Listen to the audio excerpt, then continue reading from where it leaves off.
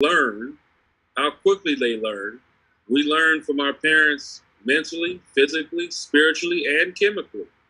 So it's like, you know, you can't take one out of the equation. You know what I'm saying? Because if you do, now you're selling that child short. They all want to scream and say they love their kids, and I love my child, and I die for them, and all this, you know.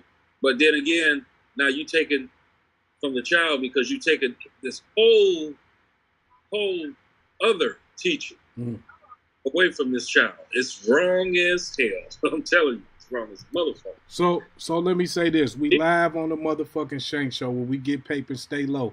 We live right now on YouTube, Instagram, Facebook, and Twitch. Go to those sites, check in, comment, subscribe, like, share.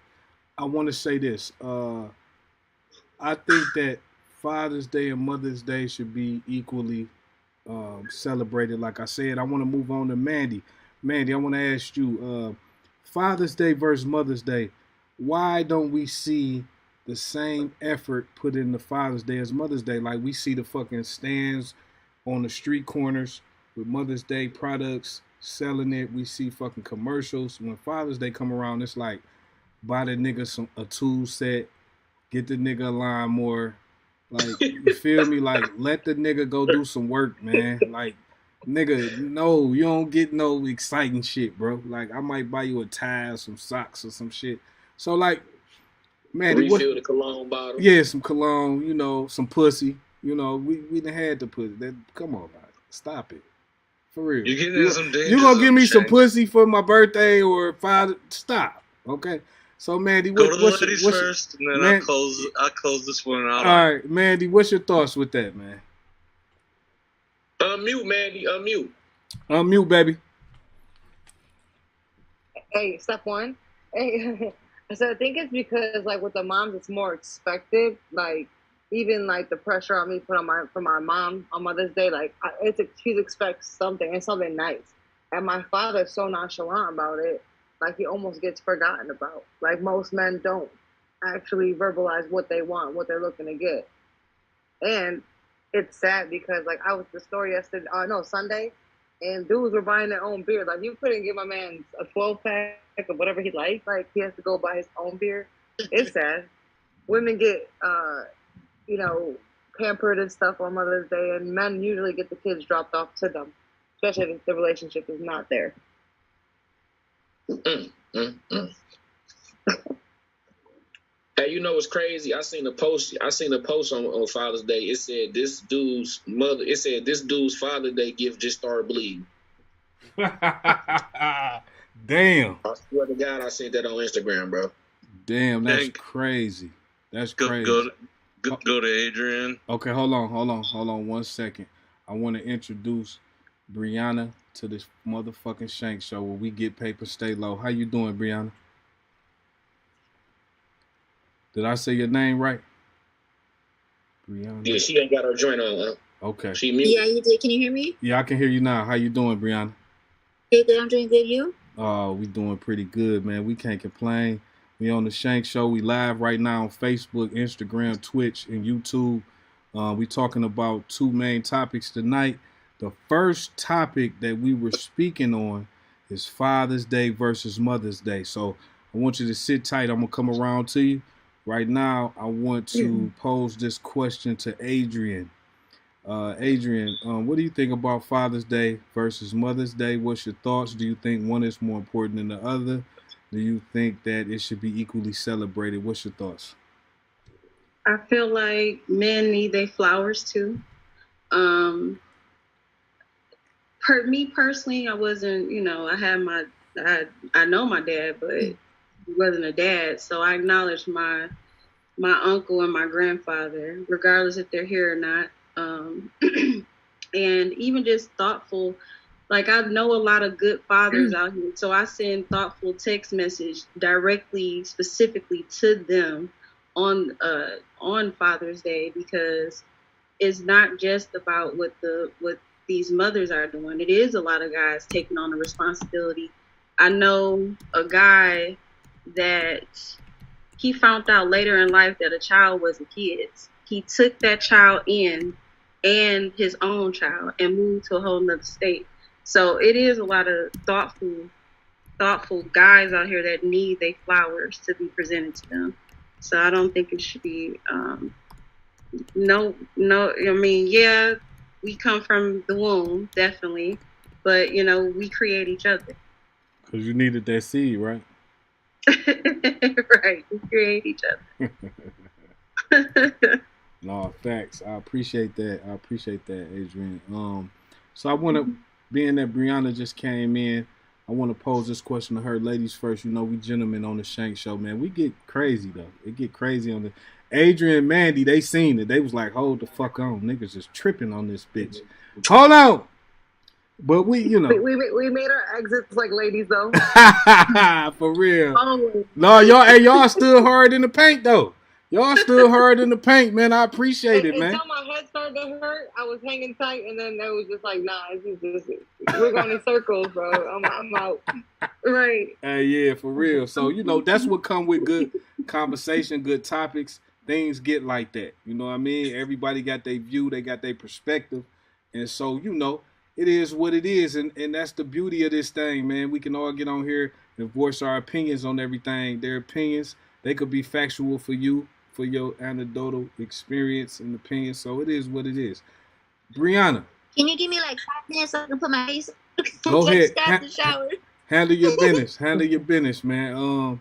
So let me see. Son the 7th. Father's Day, a Mother's Day, and why? Hold on, let me go next. Go ahead. I got you. Go ahead. Father's Day or Mother's Day. And no, let me go after. Let somebody else go right now. Come on, Timo, then. Come on, Timo. I know you ready. Yeah. There's a reason why I will put up Dear Mama by Tupac against any song. Flat out. That you can bring up. That's my favorite song. Okay? And second, because we're saying Father's Day versus Mother's Day, that's a Hallmark holiday. It's all made up, right? Mm-hmm. Every single day is your Mother's Day or your Father's Day, and if you're lucky to have two parents or father figures or mother figures in your life, that stuff's made up. Yesterday, it's all made up. Don't worry about it. And third of all, is most fathers I know, they don't want a dime from you. They don't want you to spend no money on them, right? Like if you say, hey, thank you, or you make a phone call, 10 minutes out of your time, if you can, say, hey, appreciate you, something. You don't need no flowers. You don't need all this stuff. Not real men don't really need like all this kind of, get a tie, do this, all that stuff. It's like, no, you spend the money on yourself, spend it on your mother. If she's still involved, that's the 3 points I'm going to make. Tupac, Dear Mama, put it against anything. It's a Hallmark holiday anyways for both. But it's like, I don't want a dime from you. Spend it on yourself. You make say, hey, you that's my 3 points. There you go. And then throw it to 7. Timo, you make a good point though. Because this is kind of how I feel when the holidays come around, like Father's Day and shit like that. Like I really don't be expecting nothing. Like it's really, I think men though too could be a issue with how this all falls into place. Is that we really don't expect nothing. We be like, shit, I just want to chill and be quiet for the day. I don't know. We simple. You know what I mean? So I don't know. That might be a part too, that plays a role in it. But Cheese, is you there? Can you hear me, Cheese? Cheese gotta get his shit together. Son the 7th, what's happening? What up? Yeah, so Father's Day or Mother's Day, is one more important than the other? And what's your thoughts? So I kind of like what Timo was saying, because I'm not really much of a holiday person. Hold on. Me either. I ain't much of a holiday person either. Not really much of a holiday, birthday, all of that stuff, because all it is some type of it puts some type of expectation on you that somebody else created. Right. You know what I mean? So all these old made up pagan holidays and all of that old stuff, they don't really mean a whole lot to me. But one thing he said, Tupac's Dear mama. I put up against anything. And then I think I heard Adrian talking about or maybe not Adrian, but somebody talking about maybe deadbeat dads. Okay, so mama's always right? That's been drilled into us. Whether we think, we ain't even got to critically think about whether mama's always right or not. It's just drilled into us that mama's always right. Right. So therefore, that's how people gonna think. Mama's always right. Yeah. So when a man is not seeing his child or not able to see his child, what does that child want to think? They grow up if they haven't been able to have constant communication with their father. What are they going to think when they grow up? They're going to, whatever the mom is telling them. That's the narrative. Right. That's the narrative. It ain't it might be that mom wasn't letting dad have access to the child. Mm-hmm. You know what I mean? That would have been for a reason. Yeah, so but I'm saying though, but mom is always right. So the main narrative is usually always, oh, he a deadbeat, but he might not be a deadbeat. It just might not be that he didn't have access, because I believe that a lot of women, if they had the opportunity to be deadbeats, they absolutely would be deadbeats. Right. If the child was just thrust into the dad's arms by the courts or anything like that, a lot of these women who call the dads deadbeats, they would absolutely be deadbeats themselves. That's a fair point. I agree with Sevens. I was more talking on the topic of Mother's Day versus Father's Day versus the whole expanded out. I agree with you completely. That's all made up, man. Oh yeah, I got court on Friday. I could care less about those days. Absolutely. Yeah. I just meant like we're expanding on that, but those days, like, it's all made up. That's a very, very, very fair point. Very fair point. So I believe that a lot of times dudes do. I heard Ton say that because it is automatically assumed that if a man and a woman have a child and maybe they split up, the child is it's automatically staying with the woman. Right. It ain't no ifs, ands, and buts about it. I agree to what he said about that. Because, I mean, it's just automatic. You don't even have, I mean, how can it go any other way unless the woman say, okay, here, take the child. Right. But if the dude say, I'm out, he could just absolutely just get up and bounce pretty much and just leave the woman stuck with the child. And I don't think that's right at all either. No, that's not. That's facts though. That's but as far as Mother's Day and Father's Day, just the holidays themselves. Yeah, man, we know we see all the commercials for the women. The diamond ring commercials, the flower commercials, and all of that stuff. And Father's Day, I don't really care about the holidays anyway. Okay. I think it is. I think those holidays. I think the Mother's Day is more special than the Father's Day. It probably should be. I mean, it's more commercial. It's more definitely more commercial for the sale of it, but yeah. Yeah, I think it probably should it's more about the thought that counts. Yeah. So Brianna, I want to ask you, Father's Day or Mother's Day? Father's Day versus Mother's Day. Is one more important than the other? And what's your thoughts on that?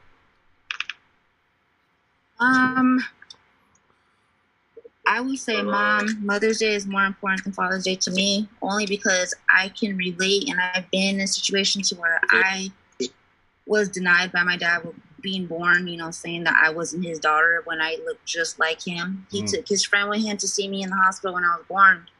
And while he was the one out partying, drinking, all that, doing the most, he was accusing my mom of doing all of it when it was really him. And so I know what it's like to be in a situation like that. And I grew up, honestly, not really caring if I talked to my dad. If I did, cool. If I didn't, that's fine too. Because my mom, I would look at her as my mom and my dad. And for every year, Father's and Mother's Day, I wish her happy Father's Day, happy Mother's Day. because she's been there for me since day one and has always been my best supporter through everything. That's a fair point. I want to ask you this though, Brianna. Do you think that having a father and having a mother in the household affects the outcome of the child in the future? Oh, so you see this tonight. Hold on, mute up. If you got background noise, mute up, please. Go ahead, Brianna. It affects it 100%. I know what it's like being a household. It hit me hard because I was the firstborn, and so it hit me hard when my parents got divorced because I was the daddy's girl. You know, I was the firstborn girl. He took me everywhere with him. Like I was his shadow. I was his wing. So I think it does affect the household, and it leads into it being like a traumatizing thing to you because you being so young, you remember that stuff. No matter how old you get, you're still gonna remember everything that happened. And you know what? That was to my point that I think that Father's Day and Mother's Day is just important because we both play an important role in male and female lives. They're the ones, but that's how we were created, is by them. Yeah, and so like for the men's end, he brings the discipline, the logical thinking, the order, things like that. Working hard for something to get a good outcome. The moms can take over the men just like the men can take over the moms. Like they both have the same role play. But at the end of the day, the woman and man plays two different roles because the woman is a different. We're different. We do different things. So that's why you got a lot of the statistics are single mom kids. Single family kids are more likely to be in certain categories. And when they have both of their parents, they're more likely to be successful.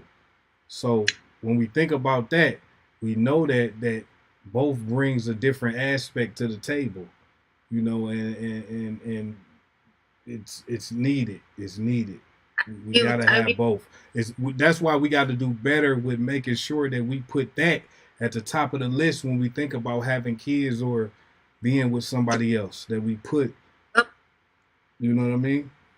For stuff that you didn't have growing up, you want to be able to give that all to your future kids when you have them. Like with me, I want to be able to give my kids someday something that I didn't get to have or I didn't get to do. Like everything. That's what's up. So we got Surfboard Wave in the motherfucking building on the motherfucking Shank Show. We live. What's up, Surfboard? That's my brother right there. What's the deal? It's the wave, nigga. No much. Hey, listen. Breezy. Yeah. Hey. It's good. Breezy in the motherfucking building. You hear me? Hey, listen. Father's Day versus Mother's Day. Is one more important than the other? What's your thoughts on that, Surfboard? It shouldn't be, but you got some fathers out here who it wouldn't be important, but it should be the same. Father, take a man and woman to make a kid. Should both be equally celebrated to the greatest standard possible.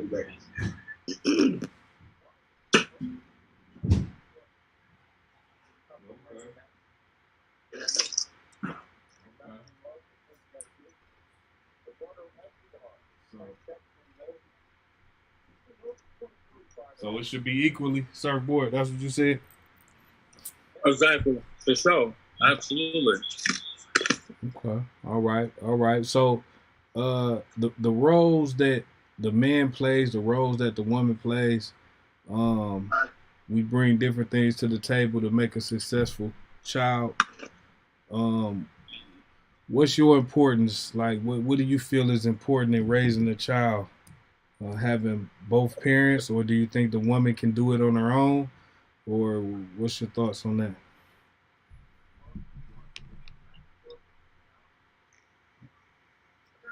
Surfboard. Did you hear the question? No, go ahead, shoot it back. My bad. So can a woman do it on her own? Is it a better outcome when it's two parents? What's your thoughts on that? I mean, come on now. It take a village to raise a kid, but by the grace of God, women nowadays are strong enough to carry a lot, but it's course, man. That's why God made a woman so they can have an equal opportunity to get nourishing affection from the woman and that stern hardship, how to be a man from the father. But in most cases it don't be like that, but yeah. Okay. Hey, Cheese, unmute your phone, Cheese. You on here? What you eating? You eating M&M's? What's the deal, my baby? I can't hear you. Turn it up a little bit. No, unmute your phone. Hit unmute on your phone. Look at your phone and hit the unmute. It's a little bit microphone with a line through it. Hit that motherfucker on your phone, Cheese.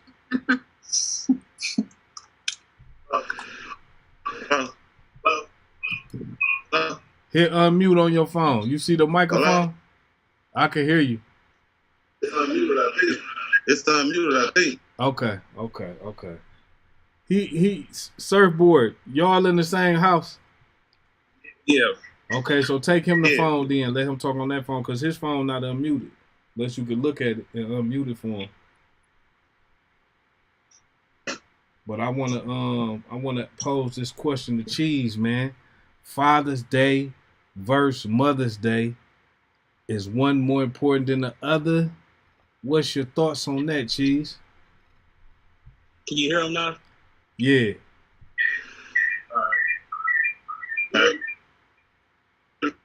Did you hear the question, Cheese? I heard it. Yeah, what's your thoughts on that? Really? I'm just gonna be honest, I know a lot of people probably get mad. But I really think Mother's Day should be celebrated more than Father's Day. I do. Why is that? And my mother did a great. And my mama, I was raised by a single parent, and I'm not saying that I probably would have turned out better for me. I would have had a father in my life, but my mama did good by herself. It was a male figure around, but I learned a lot of shit. I learned from niggas in the streets and my uncle. To be honest with you, I'm a good father though. I got 5 kids. 4 of them already graduated. 4 went to college. I got 1 going to high school next year. So none of my daughters got no kids yet. One of them be 32 in December. I mean, the other 2 just turned 22 and 23 this month. They both in college right now. So I think I turned out. I think I'm a good father. And if I don't get nothing for Father's Day, which I do, I don't mind. Yeah. I don't want my kids to buy me nothing for Father's Day. I want them to take their money and spend on themselves. That's you know right. What I'm saying? I'm trying to better themselves in their life. You know what I'm saying? That's right, Cheese. That's right. That's right, Cheese. And I feel the same way. Somebody else already talking. They like to see Father's Day and Mother's Day come every day. We show each other love every day. We don't need Father's Day or Mother's Day to validate us. You know what I'm saying? That's right. Now I spend on them days, I guess, because everybody else do it feels good sometimes, but I don't need the gift to validate me. Man, I'm good. Hey, Cheese, I appreciate that. And one thing we was just talking about, man, I salute you for that. I'm proud of you for that. We was just talking about, we don't fuck with niggas that don't fuck with their kids. All the niggas that's around us. Hey, listen, all the niggas around us, they solid niggas, man. They take care of their kids, doing what they got to do as men. So we salute that. We don't fuck with deadbeat niggas. Hey, I saw you shopping. What holiday? What was that? Was that a holiday? I forgot what day it was, Cheese. Yeah, guess what? Shopping. Your son was you shopping, and I was shopping for my son. He wasn't with me, but I was shopping for him. Same time. You know what I'm saying? Yeah. Had my son with me, shoe shopping, and you shopping for yourself. Right now, just because I'm on TV kind of talking no shit, I'm a single parent. My youngest son, he's 13, he be 14 in October. I done had him for the last 3 years by myself. I don't call his mama, ask his mama for shit. If she come through, she come through. She don't. It is what it is. You know what I'm saying? So, hey, damn, that's a good point you just made, Cheese, because we was kind of just talking about Son of 7 was touching on how women could play the same role as that man that's not in the child's life if the roles are reversed. Like if the kids is staying with the man, women can be not there just as much as a man could be not there. So that's an interesting dynamic that you have. You can kind of touch on that a little bit.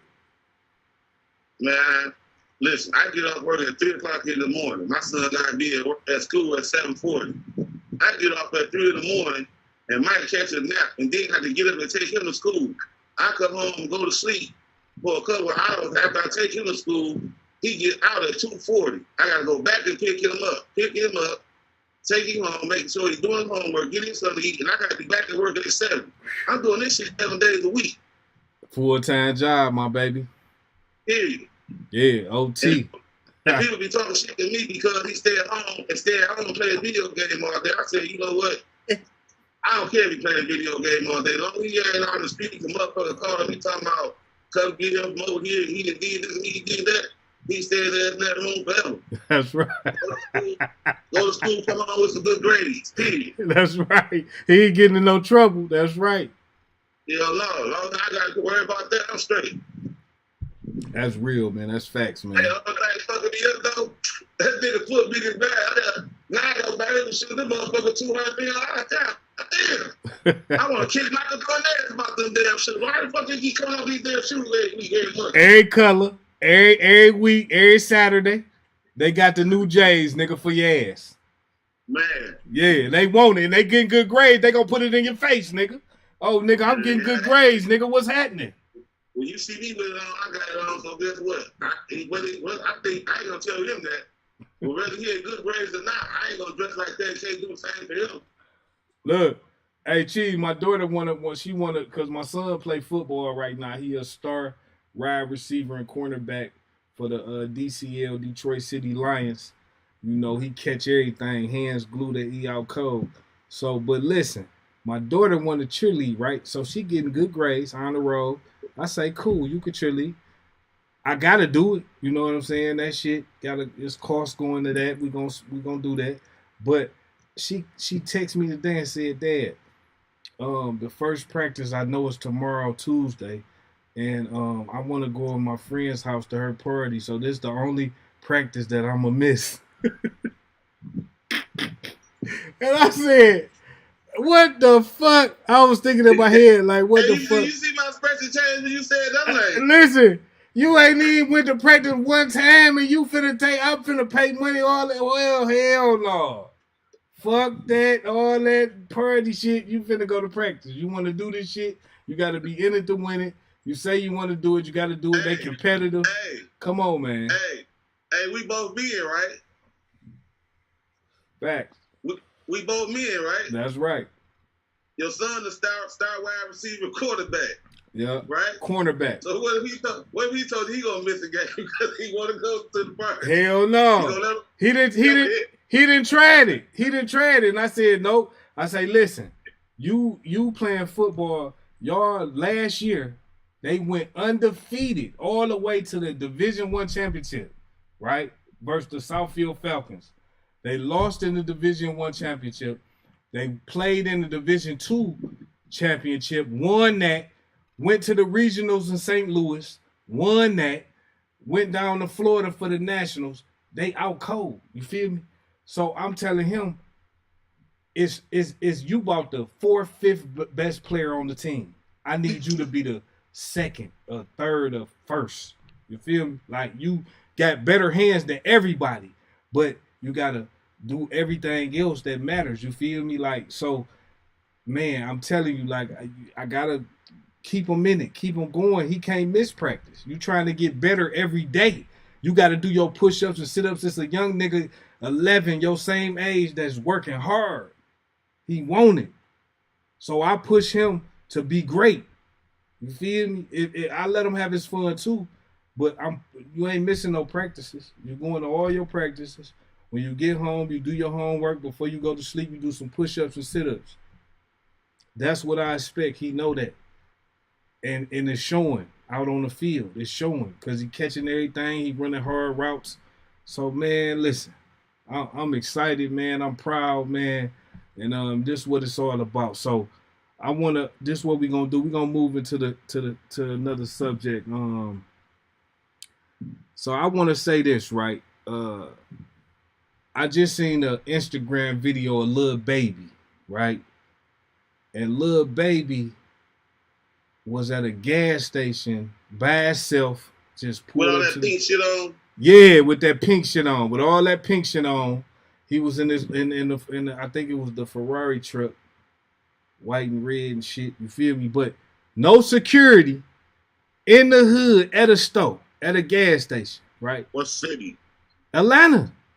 Oh, okay. In his city. So I want to ask y'all this: paid security of homeboys, like, do y'all feel like celebrities should have security at all times? Do y'all feel like that's a liability in what he did? Like, I think it is. Go ahead, Cheese. I think it is. Why you think that? Shit, he like you said, he a celebrity. He a target. These niggas here, they call that shit sweet. Like, nigga, that nigga sweet right now. He got nobody around. He by himself. Lambo probably got a couple $100,000. Man, hell no. You better get somebody with you, boy. He should have had them. Hey, Cheese. He should have had them boys with him, huh?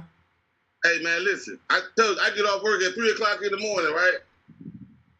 I ain't no celebrity. I call somebody every night. I get ready to come on, let a motherfucker know I'm about to pull up in my driveway. Hell no. Say for real, nigga. You gotta make sure protect life. Hey, so listen, hey, Adrian. Adrian, what do you think about that? Should celebrities have paid security, or should they have their homeboys to protect them? What should they do? Because we see Lil Baby really expose himself. And it was kind of like, damn, this $1 million nigga. He out by himself, like anything could happen. So, Adrian, what you think about this topic?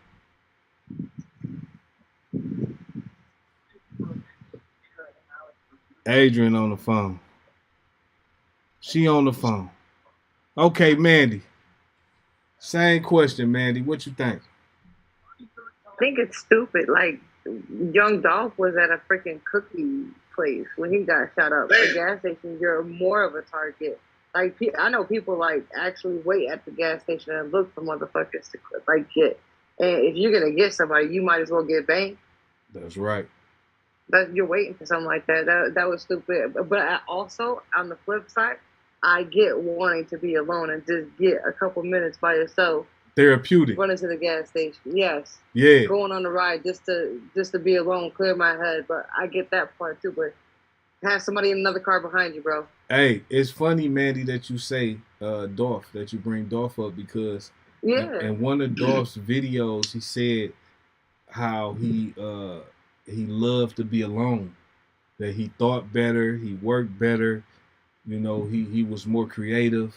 You know, he was more... I don't care who you are. You need that minute of peace. You could be a Buddhist. You need a little bit of peace. So you don't that big ass house you live in. Yeah, man. Yeah. Listen, out here in these streets, ain't nowhere to be alone. I don't give a fuck what... I mean, I don't care. I'm not... My bad. But out here in these streets, no, you ain't alone. I don't care what you say. Ain't nobody but you and God. These goddamn gorillas. Hey, that's right, Cheese. Hey, so I want to say this. Hey, hold Shank. On. Yeah. Hold on 1 second, Brianna. Yeah. So what do you think about this topic here? Should celebrities have paid security? Should they use their homeboys? What do you think? Say it one more time. You put out there. So I said there was a recent Instagram video of Lil Baby pulling up to a gas station by itself, no security, and there was a lot of things that was floating around the internet like that was very risky of him to do that. And some people felt like, you know, hey, shit, sometimes you gotta be by yourself. So what do you think about that? I think when you just need that time, like away, you need that space. It's good. It's okay. It's actually good for you. It's healthy for you. You know, it kind of takes you in a place to where, you know, you do what you want, think what you want, say what you want. Like, whatever. You know, it's your time to be alone. It's your time to maybe think, to process, to meditate, whatever the case may be. I believe it's healthy. I think it stops from, you know, you exploding into, like, you know, things you may do, things that may happen, you know, that turn into regrets. So well, I think it's a healthy thing. So Brianna, let me ask you this. So what about the perspective of him being out, being $1 million nigga, that he could be kidnapped, he could be robbed, he could be at a disadvantage because he's by himself, being that he's such a valuable asset to his team, to his kids, to everybody around him. Why would he take that chance, put himself in harm's way, just to be alone? Sometimes it can be depression. Depression can put you in so many mindsets to where you don't even know what to do. You don't even know where you're at. You don't know who you are. I'm sure he had a plan as far as, like, he wouldn't let nothing bad happen to him. Like, he's a grown man, you know what I mean? Mm-hmm. Okay. He probably just needed that spotlight off for a second, you know? Okay, that's a fair point. Give me my space. Fair point, bro. I'm gonna say one thing about that. You hear me? Go ahead, Cheese. He took that time to be alone, right? Somebody pulled on the side of that truck and videotaped him. Hey, baby, how you doing? Y'all see this? He out here by himself. What if that was the motherfucking gangster, though? That's right, with the pistol. Yeah. Luckily, it was a blessing for him that it was a cameraman. That videotaped him was a cameraman. Was a fan and not somebody else. Was them niggas, them one niggas. Like, yeah. Somebody told me this a long time ago about being in the streets. Funny shit. Motherfucker say 12 o'clock at night, motherfucker hit that door. You praying it's the police and not them niggas, dog. Damn. You don't want to see neither one of them. But I guarantee you praying it's the police. And not them niggas, huh? No, that's real, Chief. Hey, so look. Hey, 2 tons. Hey, Shank. Yeah. You said you let me in. Okay, so go ahead. Go ahead, Timo. Go ahead. Hold on. Timo, I'm going to go to you. 2 tons, Southern 7th, Surfboard, and Adrian, if she get off the phone, she preoccupied. She having fun, too. Whoever she talking to, she having a lot of fun right now. But listen. The question you posed was people that are out there making content, should they have security? I would agree with it because my daughter has 100,000 subscribers on YouTube. Damn. 500,000 hey, tell I need some promo. What the fuck, Timo? 5.5 million on TikTok. I need some promo. 35.5 sharing on TikTok. Timo, I can't get no fucking promo. She don't want to mess with me. Why? We gonna pay her. Tell her we gonna pay her. We gonna pay her. She like money, don't she? She does her own thing. She's a grown woman. But I would like, your question was, should she have security? Yeah, when you have 5.5 million followers on TikTok and you have 135 million likes, that's 1/3 of the entire United States. I don't know where they're liking it from. You have 100,000 subscribers and all the likes on YouTube, and you have 500,000 on IG. Look her up. Timo, listen. But she don't want to mess with me. Timo, no, because whatever you need to do to make that right, you need to make that right, brother. I'm in court on Friday, but she don't want to mess. She doesn't like me. Even though I paid for the whole way. No, Timo ain't get shit for Father's Day. God damn. She didn't even call me. Hey, listen, it be like that, Timo. You ain't the only one. It be like that. But listen, but you gotta. Like, go ahead, shout her out. Shout her out. Go ahead, Timo. G Wizzle. G Wizzle. G Wizzle. Look her up on them platforms. All right. I'm gonna throw some money at her. ZZLE. I talked with Surfboard Wave. I don't know who's going on. Listen, I know she like money. No, I know she like money, Timo. See, that's the thing. Everybody love money. So listen. She don't need our promos though. She can make her own. No, I'm not saying she need our. We need her to promote us, but I'm saying I'm a pair. Yeah, well. I'm saying I'm a pair. That's what I'm saying. I know she don't need us. We need her, but we gonna pair. So that's another story for another day. But right, listen, another day. Hey, you have to kick me off the show because she don't like me. We gonna send her the ones. Hey, Timo, we gonna send her the ones when you ain't on it, man. All right, we gonna make this shit work, man. Hey, listen. You're just saying like, oh, she's a celebrity. Well, she is a celebrity. When you have that kind of following, she could just go like, oh. Bono made a fair point, Timo. He said you could. Oh, sorry, go ahead. He said you could. You could turn your. Change the name. See, you could turn your camera off and change the name, my baby. You feel me? But it was back to our original thing. I don't want anything from her. I want her to be happy and do her thing. Okay, so listen. Hey, listen. 2 tons. You there? Yo. Hey, what's up, bro? Listen. So this is what I want to pose to you, man. We recently seen Lil Baby, the most famous hip hop artists right now to this date. He is the voice of the streets. He was out at a gas station by himself in Atlanta. Do you feel like celebrities should have paid security at all times? Do you feel like they should have at the least have their homeboys with them? What's your thoughts? Well, when you get to a status point where you're considered famous, that comes with some responsibility. You have a lot of you're pretty much like a household name. A lot of people know who you are, and just because of that, no matter if you got 10,000 in the bank or if you got 30 million in the bank, they're gonna think you got that 30 million in the bank. You see what I'm saying? Because of how they put you out there. Some of them could be out there making big time status and ain't got they checks be 10,000 every 3 months. You see what I'm saying? So, but still, I mean, knowing that you had that famous status, you definitely should have somebody with you. You definitely have to be cautious about the places that you go and things like that, because that's irresponsible. I understand, some people say, okay, they might want to just get away or whatever, but and especially in today's time, because there's a lot going on. There's people are struggling for money and doing all types of things. Crime is up, so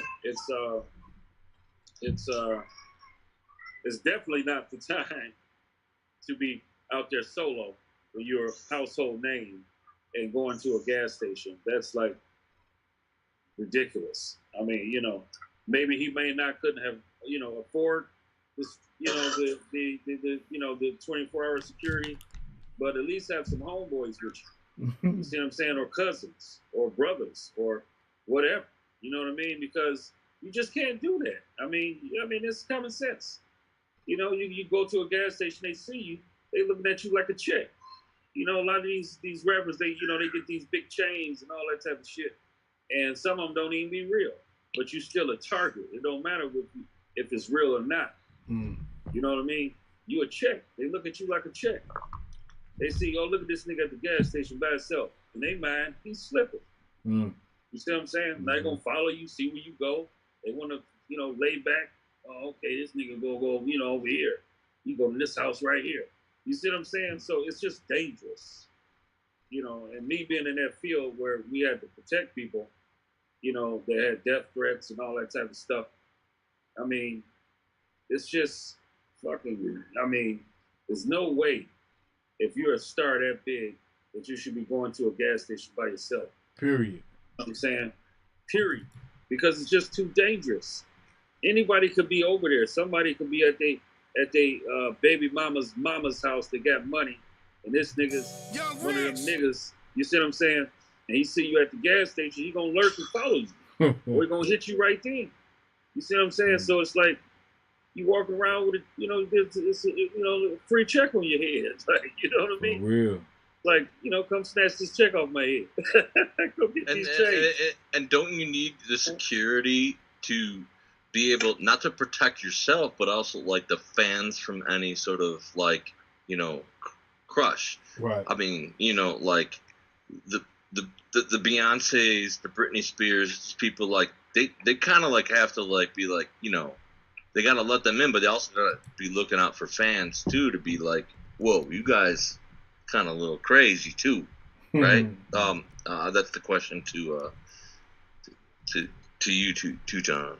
Was it too, John? Yeah, definitely. You have all kind of people. Some people get fixated on these stars, and they lurk. They try to see where they live. They see where they frequent. You know what I mean? So you do have those ones that have mental issues, and they really stalk these people, and they believe that that these people are receiving them, and and all this kind of stuff, and I mean, it's just not a good idea for him to do that. And if I would have saw that, I would have just shook my head like, "What you doing, man? You know what I mean? Come on, man, get somebody with you, my man." You know what I'm saying? Because it's too dangerous out here, and it's too easy to get got. It's too easy. I see these stars, even with the security. I just look at these stars and how their security is with them and all this. Like when Tom Hanks was walking through the airport, that shit would have never happened when I was back. I mean, it's like they almost knocked his wife. When Tom Hanks was at the airport, they almost knocked his wife over. They was all around him, and these supposed to be professionals. You see what I'm saying? So it's like, nigga, you out here by yourself? They gonna snap. Man, thank God that nothing happened to the brother. I don't know if it did or not, but damn, I mean, I don't agree with it. Well, let me say this. Hold on, let me say this. Whether they got the money or not, get somebody with your ass. You have to make sure too that he would be up to no good. Right. Yeah, that's true. So them fair points. So do say Vine. Right. What you think about this topic, man? Paid security of homeboys or what, man? Man, fuck that homeboy shit security. Because if one of the homeboys blow a nigga down, that's a whole bunch of money. And we handle things the wrong way. Niggas got to have that paid security, legalized security. So if they have to, lose deadly force or something, it's legalized. We can go and handle it the right way if we got to go to court. But I seen that little baby one by himself, though. He had his kids with him too, and he had that thing on. That nigga wasn't slipping. How you know he had the thing on him? I ain't seen that. Because I seen it. They put it on the video. They showed from a different angle. The nigga had that burner on him. Yeah, but Vine, hold on. Hold on. Okay, go ahead. Hold on. He had the kids with him. Mm-hmm. He had that thing on him. He had the thing on him, nigga. Okay. And he had some niggas with him. I peeped the whole little scene. The nigga had them niggas with him. Listen, he went by himself, bro. So you mean to tell me, that's just say for instance, let's say he ain't had the niggas with him. Because I didn't see that. You say you seen it. Okay. I'm going to send you this other video. Okay. If he was by himself. Yeah, that's what I'm saying. If he was by himself with his kids with a burner, that's still not efficient enough to ward off some niggas that's coming that mean business. It ain't gonna happen. Go ahead, son. I'm gonna tell you like this. The gun don't mean a damn thing unless it's out and one flying out that hole. You see what I'm saying? You can have your gun on, you got a K on your back seat, you gonna have a 4/5 with extended clip on your lap. That ain't gonna mean a motherfucking thing. You got guys out here that sell drugs and they good at that shit. You got guys out here that make herbs and shit and they good at that shit. You got guys out here that rob and they good at that shit. They know the whole politics, the psychology of it. They know how to get on your ass. So you got a gun, if you look easy, they gonna get you. If that gun ain't out in your pants and you smoking weed and you looking high or whatever, you got your kids, they know you distracted, you're an easy target. Yeah. You have to make it look like you ain't scared. You have to make it look like you. Whether you make you look like you scared or not. If you got kids with you, it's a distraction off the rip. You're gonna be trying to, protect your kids. They're gonna be talking and playing and this and that, and you're gonna be off your element. You see what I'm saying? And they're gonna be on you. And, it's easy. It's just like taking a hot knife. It's like taking a hot knife through warm butter. Whether you got a K on your back seat, a fifth on your lap, it don't make a motherfucking difference. And you ain't gonna have it on your lap. You're gonna have it in your pants, in your holster, or some shit like that, because you got the kids with you. You see what I'm saying? So, that's for sure, right? But I'm gonna tell you like this. But I never been into that type of shit. I protected people from that type of shit. But the thing is, it's easy. Go ahead. To get these niggas. It's easy. No, we know it's easy. I used to play that game back in the day. But look, saying Lil Baby was by itself, that's an assumption. That's not a fact. Yeah. Okay. It is. But we just saying hypothetically. Because from the video, from the first video we seen, that's what we seen. So we going off of that video. That's from the angle from what a fan was taking and seeing the nigga at the gas station. So just imagine at that moment that we seen that video, Von, of the fan taking a picture or a video of Lil Baby. We didn't see anybody around, and that fan could have been an op. You know what I'm saying? And so that's all it took for that split second for something to happen that fast, for something to happen as quick as he pulled that camera out, recorded that video. He could have been pulling that blicky out. No, that's real. But I'm gonna say this to this fact, then. If that's the case, it don't matter who with you or not. You can have security. Something gonna happen. It's gonna happen. No, because if I'm a $1 million nigga, Von, if I'm $1 million nigga, Von, multi-million-dollar nigga, I'm not gonna be probably getting out at no gas station. I ain't about to go get my own gas. I'm not doing none of that. And when I'm driving my shit, I got security in the front and the back on the side of me. I'm $1 million nigga. You feel me? That's how I'm a rock. So, hey, Adrian, I want to ask you. I want to pose this question to you. Do you feel like celebrities should have paid security? Should they use their homeboys at least? What's your thoughts on this, Adrian? No to the homeboys, because you don't know. No. Paid security, yes. Or whoever is on this line that was born in the era of Michael Jackson, wear a damn disguise. If you are going to, because he used to live a normal life, he would go into disguise, disguise his children, all these different things just so he could have a normal life. Because it's a lot of celebrities that's walking around. You wouldn't know it was them because they have a low profile. Right. I mean, even at Waka Flocka, he changed his life and stopped wearing flashy jewelry and all that stuff. So nobody is listening. Stop trying to be the showstopper when you go to these different areas. If you want to be hood, that's cool, but you gotta downplay yourself a little bit if you are gonna do it. Facts. It's smart. Adrian, facts. I appreciate that perspective. Hey, Surfboard Wave.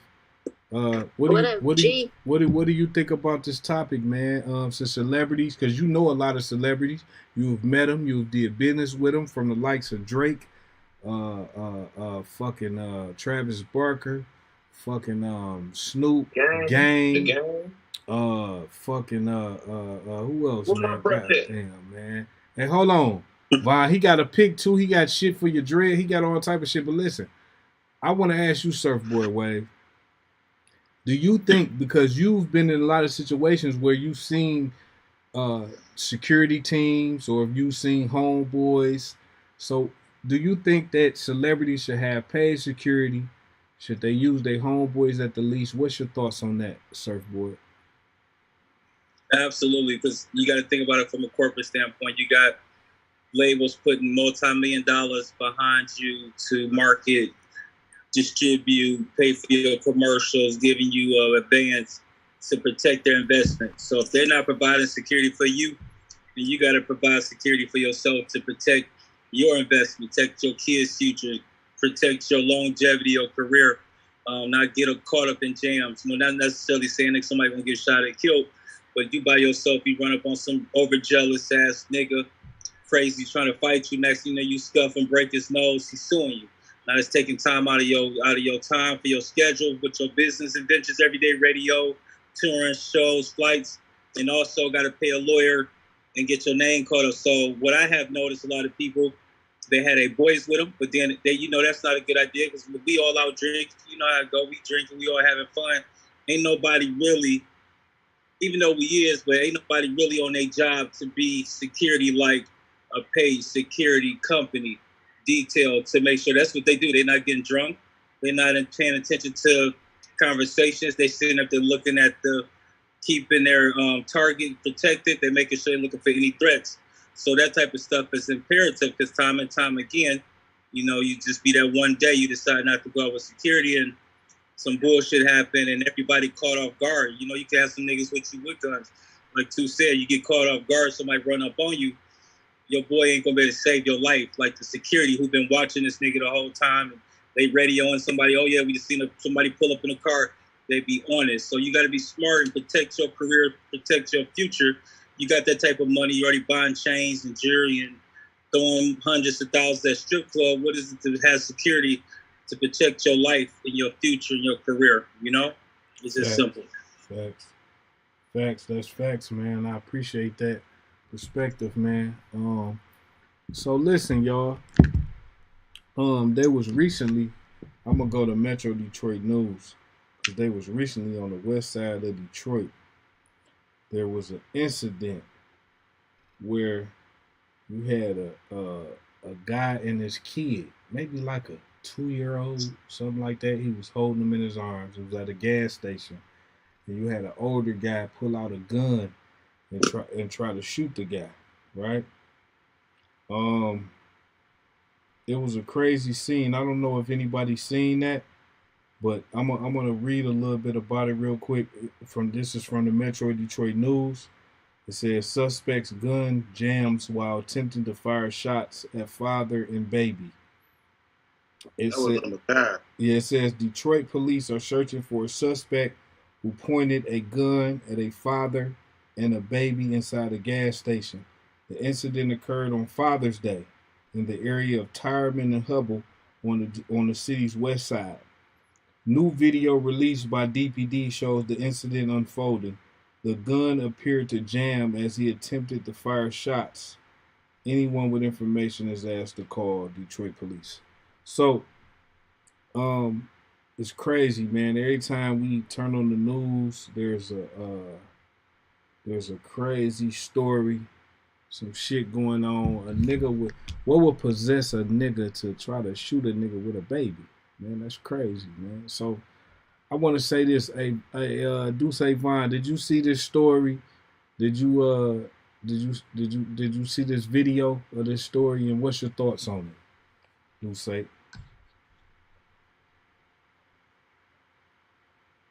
Deuce Vaughn. I can't hear you. Unmute. We can't hear you. You gotta unmute.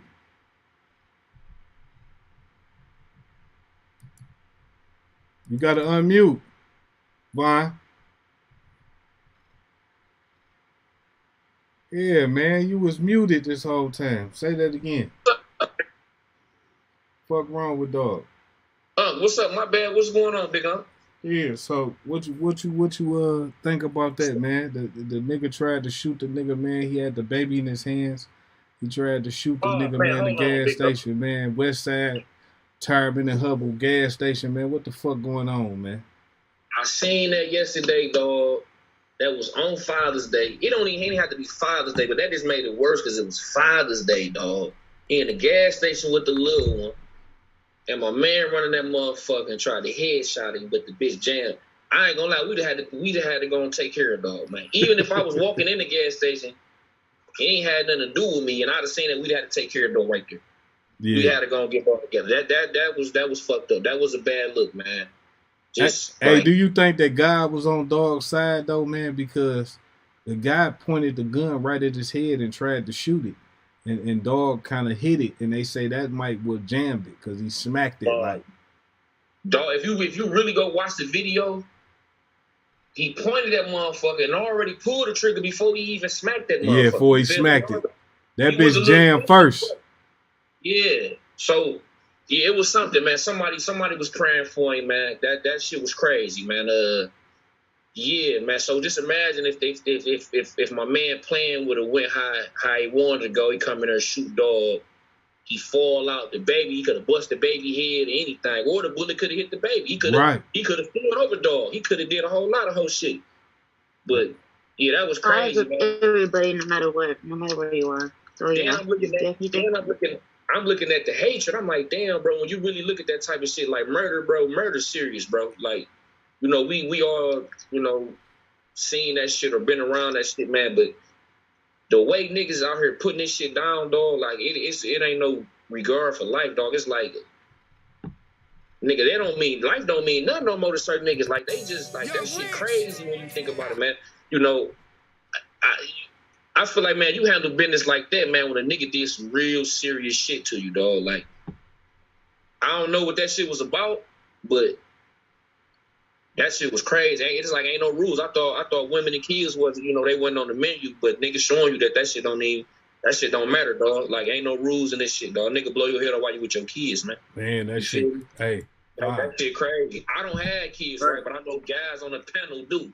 So just imagine if that was you and a nigga trying to get on. So let me say this. Hold on, Brianna. I'm gonna come to you next. Let me say this though. I always think about when I'm out with my kids, cause I was once in the streets.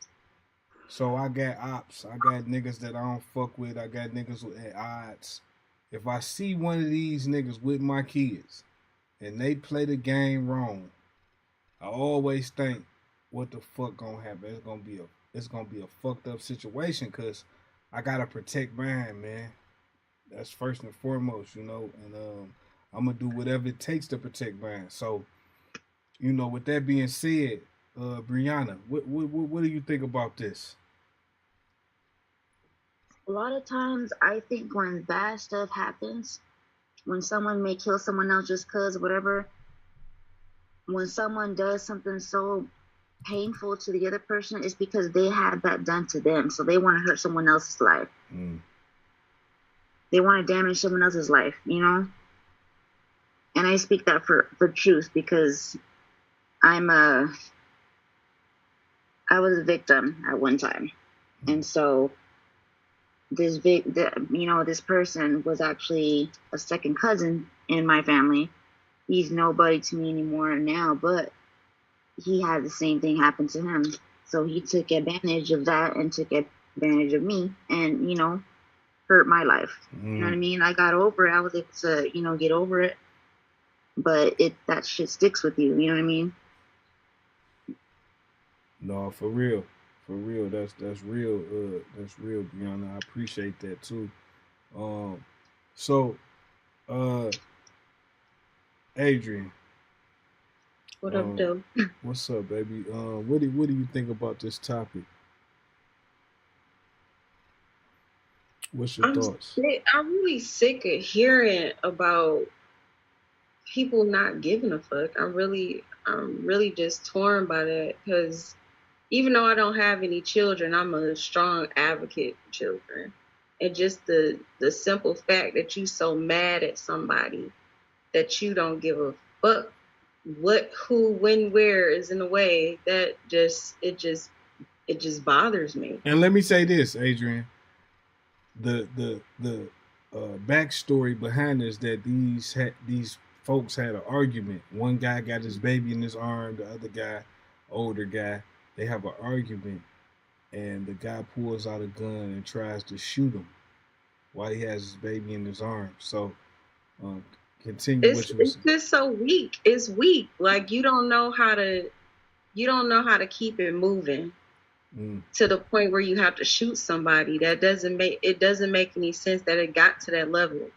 A disagreement with words leads to you trying to shoot somebody with their child. It makes no logical sense at all. It's crazy. It's almost like that gotta be like a mental illness or something. You know what I mean? It gotta be. It gotta be like, because what person? I've been mad at a lot of people in my life, and it's not worth it. What person in a right mind could harm a person with a child? Like, listen, I know the most grimiest of the grimiest of niggas. The most nigga, they'll do some foul shit to a nigga, right? And they still, they'll pass on that. if it's a kid involved, that you might get a pass on that. Even if a nigga wants you real bad, you might get a pass on that. So my thing is this: I want to introduce Army Man to the motherfucking Shank Show where we get paper, stay low. He checking in, you know what I'm saying? And I'm fucking with my dog, this family right here. What's up, Army Man? What's the deal? You gotta unmute your phone, Army.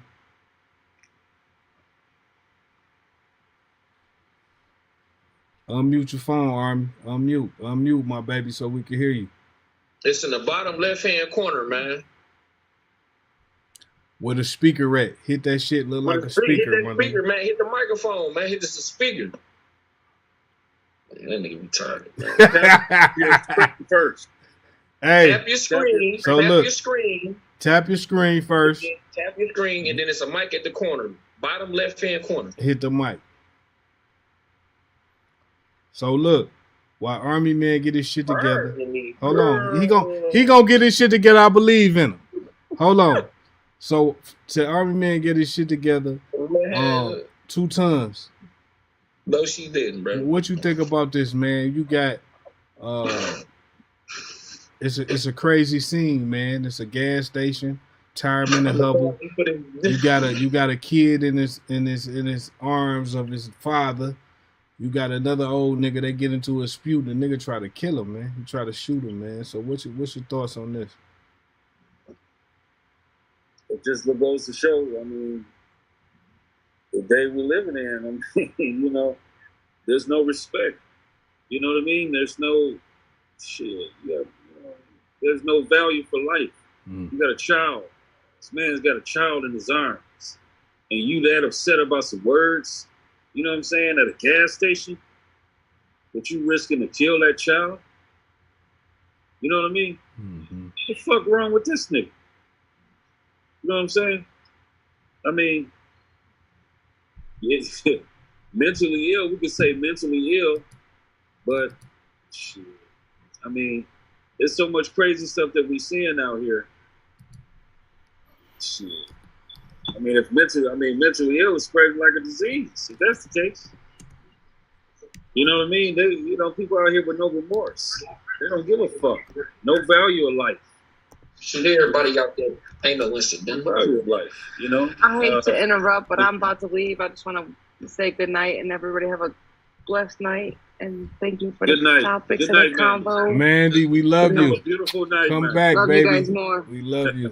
Thank you for joining us, Mandy. I just saw that come through the chat. Thank you for joining us. We appreciate it. The Shank Show is about to send it over to Shank. All right. Good night to you as well. For sure. Back to what you were saying, Two-Tone.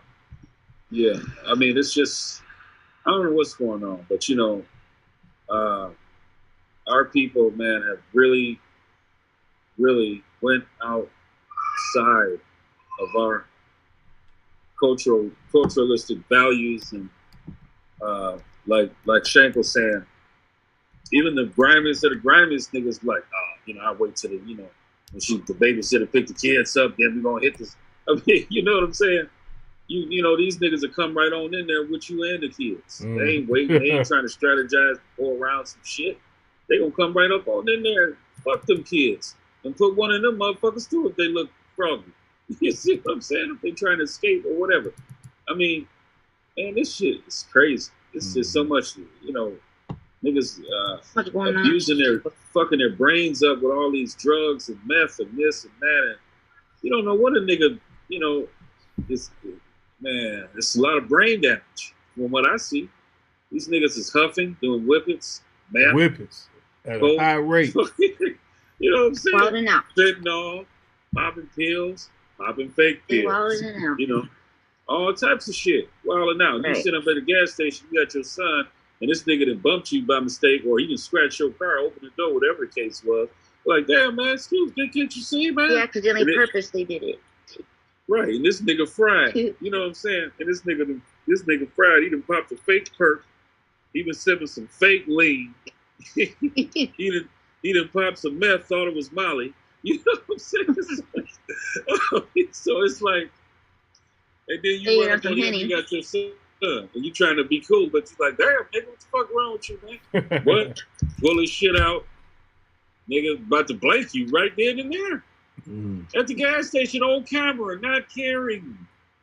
I mean, you say who in their right mind is gonna do some shit like that is with the kid, and especially in a public place with freaking cameras, and they probably had the green light spinning on that bitch. So I mean, it's like, come on. I want to say these two perspectives real quick before you finish, right? One thing my nigga Twine tell me, Big Twine, Joy Rose finest, he tell me this. That green light camera is not gonna stop me from murking a nigga. It's not gonna stop me from doing nothing to a nigga. All it's gonna do is show me doing it to you. So it's not gonna stop me from doing it to you, right? Man, yo, they been complaining about it. I'm about to dip anyway, bro. So listen. So been complaining. So listen. So that's one perspective, right? The other thing I wanted to say. Well, go ahead. Finish, Tons. Go ahead. Finish what you were saying. Yeah, I'm gonna come with right. the other thing. You know, hey, and that's how they think. They say, hey, okay, the green light spinning, nigga, you think you can talk tough? Nigga, I don't give a fuck. It's just gonna show me doing this shit to your ass. Nigga, it ain't gonna stop shit. You know what I mean? But a person in their right mind is gonna say, this ain't the appropriate place to be doing this shit. It's cameras. I ain't got no mask on. They're gonna see me, my car, the plate registered to my baby mama. You know what I'm saying? So it's like, come on. But these niggas out here, they don't care. They don't care, man. I'm telling you. So, seeing a nigga. So I want to say this. Say this, right? Let's take it back to Scarface, Tony Montana, right? Right. Let's take it back to when he was in the car doing the coke, and they was sitting on Dog with the bomb in the car. Right. And they expected just Dog to be in the car. But Dog and his wife and his kids came and got in the car. And Scarface wasn't finna kill no kids. And he told Dog that Sosa sent his man with Scarface to handle this business. He told Sosa, man, I'm not killing no kids, bro.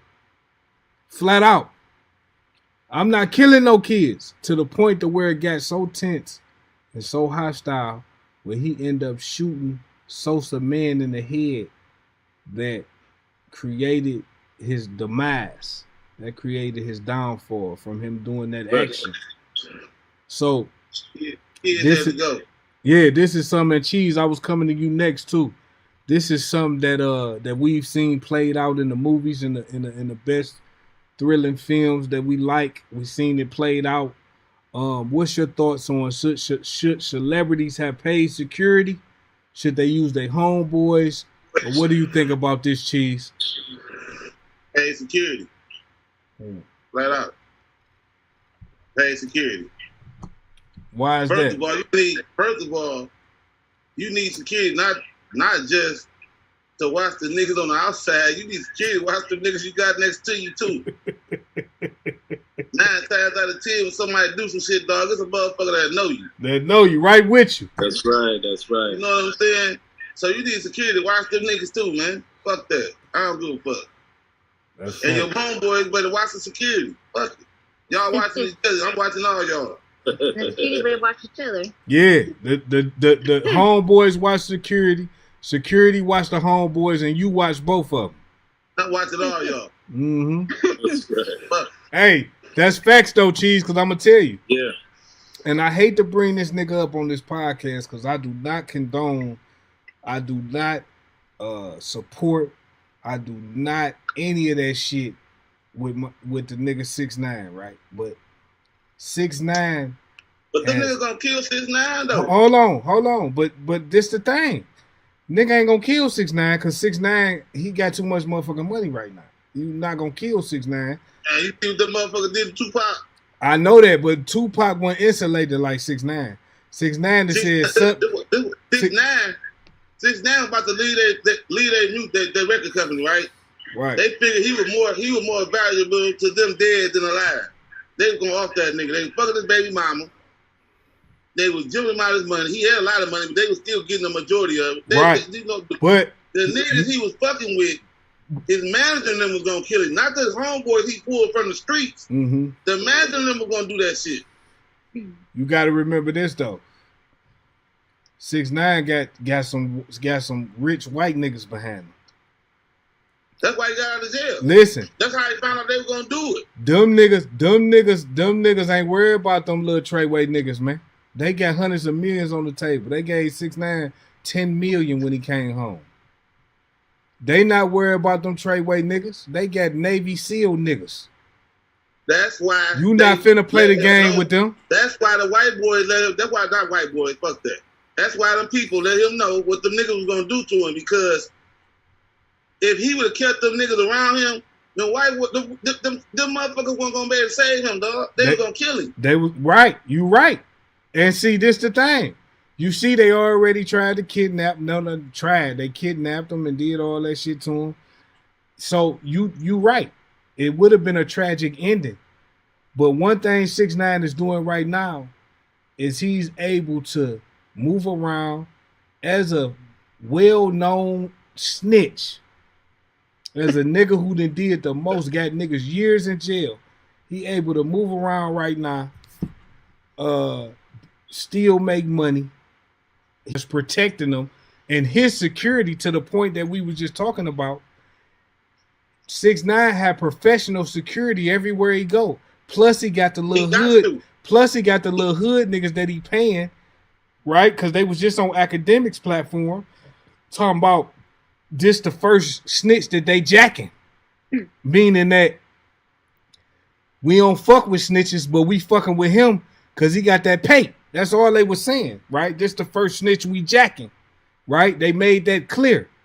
So 6ix9ine is exploiting these little young hood niggas, giving them little tools and fuels to be with him and solidify him as a hood participant, while he still has security that's watching the young niggas, because he know he don't trust these niggas because they might not really feel how they feel. They just get money at the time. You understand what I'm saying?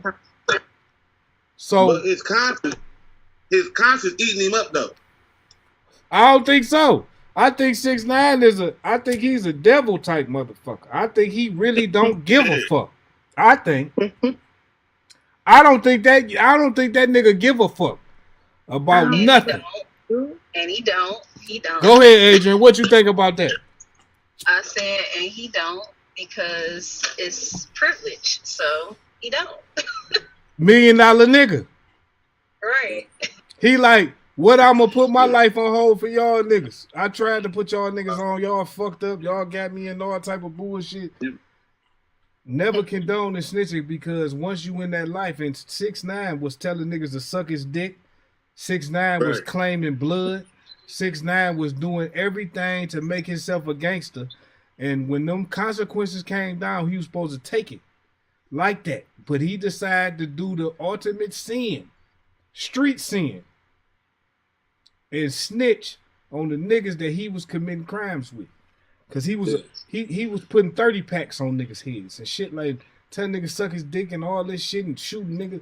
He was come on, man. Like, yeah, Shank, you got a point.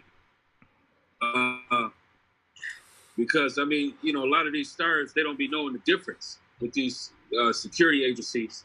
And like, for instance, if you'd have had the traditional security like 50 Cent or fucking Tom Hanks, like he was in the airport and that bullshit, they just got some big niggas around them, walking, looking dumb, no organization. You know what I mean?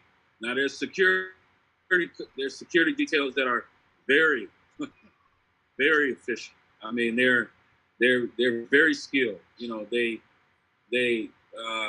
have everything mapped out to a T. Before you even get to the venue, they done already been there 2-3 times, have routes and secondary routes and all types of shit. You see what I'm saying? Mm-hmm. And they know how to keep you protected. A lot of these other guys, they be off-duty police officers, they don't really know how to really do executive protection or enforcement work or, protection work like that. You know what I'm saying? They really don't. They be sorry-ass security guards, to be honest with you. Mm-hmm. You know, but the thing is, he definitely, or he'd been dead by now. He's definitely have a professional executive protection team that's with him. There's probably, they do mercenary work or some shit like that, because I'm telling you, he'd have been done. If you had them security guards, these rappers be, you know, because they these, some companies are well known and a lot of their go-to companies. You know what I'm saying? And they'll say, okay, let's go to ABC Security because they guard Puff Daddy, they guard this guy. You know what I'm saying? But you better know the difference. I'm telling you, you better know the difference because if you get, you know what I'm saying? Well, let me say this, Tons. I want to give you to add to your point. I want to give you a situation where I heard Wack 100, you know, the voice of motherfucking Clubhouse right now. He's so controversial. This motherfucker get on there and talk about all type of crazy shit. Wack 100 fucked up. But listen, Wack 100 told a story about when 50 Cent, it's funny you mentioned 50 Cent, Tons. 50 Cent was in L.A. This was some years ago. He was in L.A. He was at a restaurant, and Wack 100 got the word that he was there. You know, Wack 100 is a Pyru blood from California, right? So they gonna press up on 50. He in the city, he in LA. You know, everybody come down. If you allow them to press you, they gonna press you. The gangs and shit down there. Whatever one get to you first, they gonna press your balls. And it's about how you react to that, how it's gonna go. Right? So Wack 100 and some of his Pyru niggas pull up to the restaurant. Wack 100 say he go into the restaurant. And when he get to the door of the restaurant, he get inside the restaurant with his niggas. 50 Cent is sitting at the table with one other guy. So Wack 100 says he looks, he scans the room and he looks around and he notices that it's about 4 or 5 motherfuckers that's sitting off to the side, and they got artillery that's being shown, but it's not being shown. If you get my drift, right? Right. It's being shown, but it's not being shown. And he looking at this shit, and he say 50 Cent turn around and look at him and just smile at him, just chuckle, just do the little classic 50 Cent, smile, chuckle at a nigga like, yeah, nigga, yeah, right. You know what's happening. Yeah, hey, so he say gracefully. Hey, listen, he say gracefully. He bows out, he bags out the door because he know that this ain't finna go like he wanted to go because these niggas is listen. We came with fists and feet. These niggas ain't playing. You feel me?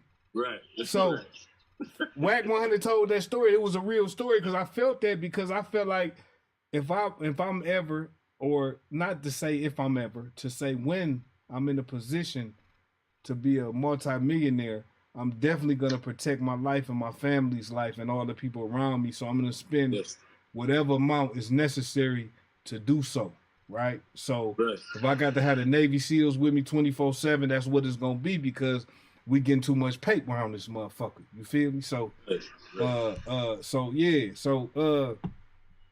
So Timo, so what you think about this, man? What's your thoughts? Okay, so if she's going in, go ahead. Calling my brother Nick. I'm talking about Derek. Oh, okay. Because you was talking about Tupac, and you was talking about, do you have your brothers to protect you? Like, whatever he was involved with when he died, we Suge Knight. He was stumping the nigga out. He was stumping the nigga out in the Las Vegas casino lobby, and he got killed as a result of that. He was stumping the nigga out. He didn't have to either. Keep that in mind. He didn't have to do that. My point was, you said you were talking about Pac and then comparing to 6ix9ine. I think the game has changed over that 27-year period since Pac, that, like, where it was like Pac was like, I'm invincible because I got Suge Knight with me and I got the whole gang with me. I'm untouchable. Like, I'm not, I can't speak to him, like, because he's dead and I never met him, but he was like, I'm just going to go to this Tyson fight, whatever. I'm going to do whatever. All my boys going to do whatever, and then that's going to happen. But I think that's changed when you talk about, oh, well, now it's just, you're going to have this white boy security or whatever. But it's like, he had, I don't know if he was Blood or Crips or whatever it is, but I'm saying like he was like, oh, I got all these people, like you aren't gonna touch me. I'm gonna do whatever I want. I'm gonna be free, whatever. I'm just gonna ride down the street, and then you get shot up, and then it happens to what you know what I'm saying, right? I mean, He gets shot so up. that's why that was my pushback to you. That's why we make a good show. Okay, But I was like, that's way different than nowadays, where it's like, yeah, we're gonna hire like Navy SEALs, like you see it. We're gonna bring in like all the boys are bringing all the guns, but it's like some people might be like, okay, what's going on here, right? So that was my comment there. Okay, so. I appreciate that, Timo. Hey, do say Vaughn. You are welcome. Do say Vaughn. What up, what do you think about a nigga like 6ix9ine and this whole thing that we talking about right now? Do say. You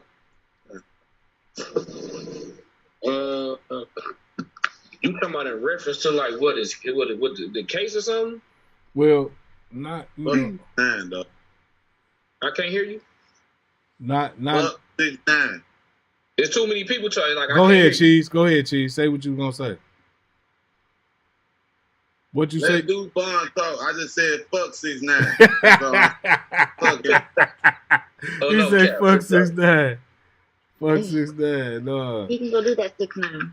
But you know how 6ix9ine is using his security, using his professional security to watch his home, the niggas that he's exploiting, them young niggas. You know, remember we seen them on Academics and they were saying. I say about that, he got the feds with him now. Niggas better leave that nigga alone. Yeah, but I'm saying he doing a good job. He alive. He's still talking shit. Alive. I'm gonna say this, man. He's still talking shit to niggas. When they get tired, they're gonna do it like they did White Boy Rick. Hey, look, White Boy Rick made a movie. It made some money. Fuck White Boy Rick. He did 40 years in jail. He deserved a movie. Man, fuck White Boy Rick. He a snitch, nigga. Hey, go ahead, Vaughn. All them niggas, man, that had something to say like about the nigga case and what he was doing and all that. Them supposed to been the nigga soon as he got out, supposed to bust his head or whatever. You feel me? They ain't did none of that. What is niggas talking?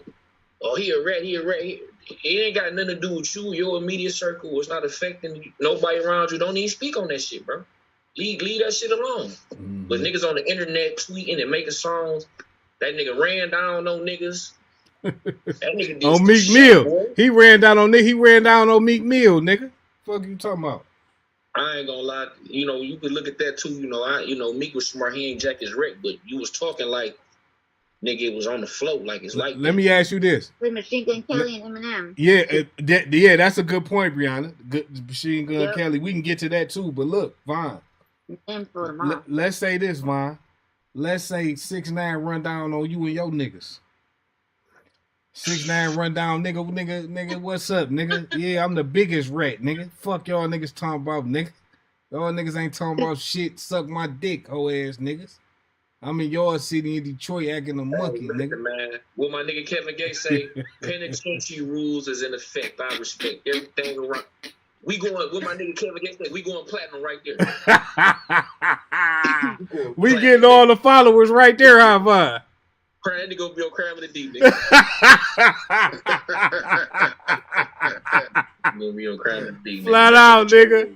Hey, flat out, nigga. Fuck you talking about, nigga? Don't play with nigga. And he know who to play with, don't he, Vaughn? He know who to play with, though. No, it ain't know who to play with, because we thought them niggas he was playing with was like that. No, nigga. They ain't like that, though. He exposed that. They not like that. It's gonna take for the right niggas to get on his ass. Them niggas not like that, bro. He exposed them niggas, man. Especially me. He definitely not like that. Oh, hold on, Adrian. What you say? He ain't like that with you? Hold on. What you said? I said especially Meek Mills. He ain't like that at all. No, Meek Mills ain't like that. We know that. That nigga can't even lift no weights. He fucked up. He was punching that bag. He was punching that punching bag like a little girl. He fucked me up when he was punching that punching bag, Adrian. God damn, Adrian, he was fucked up with that.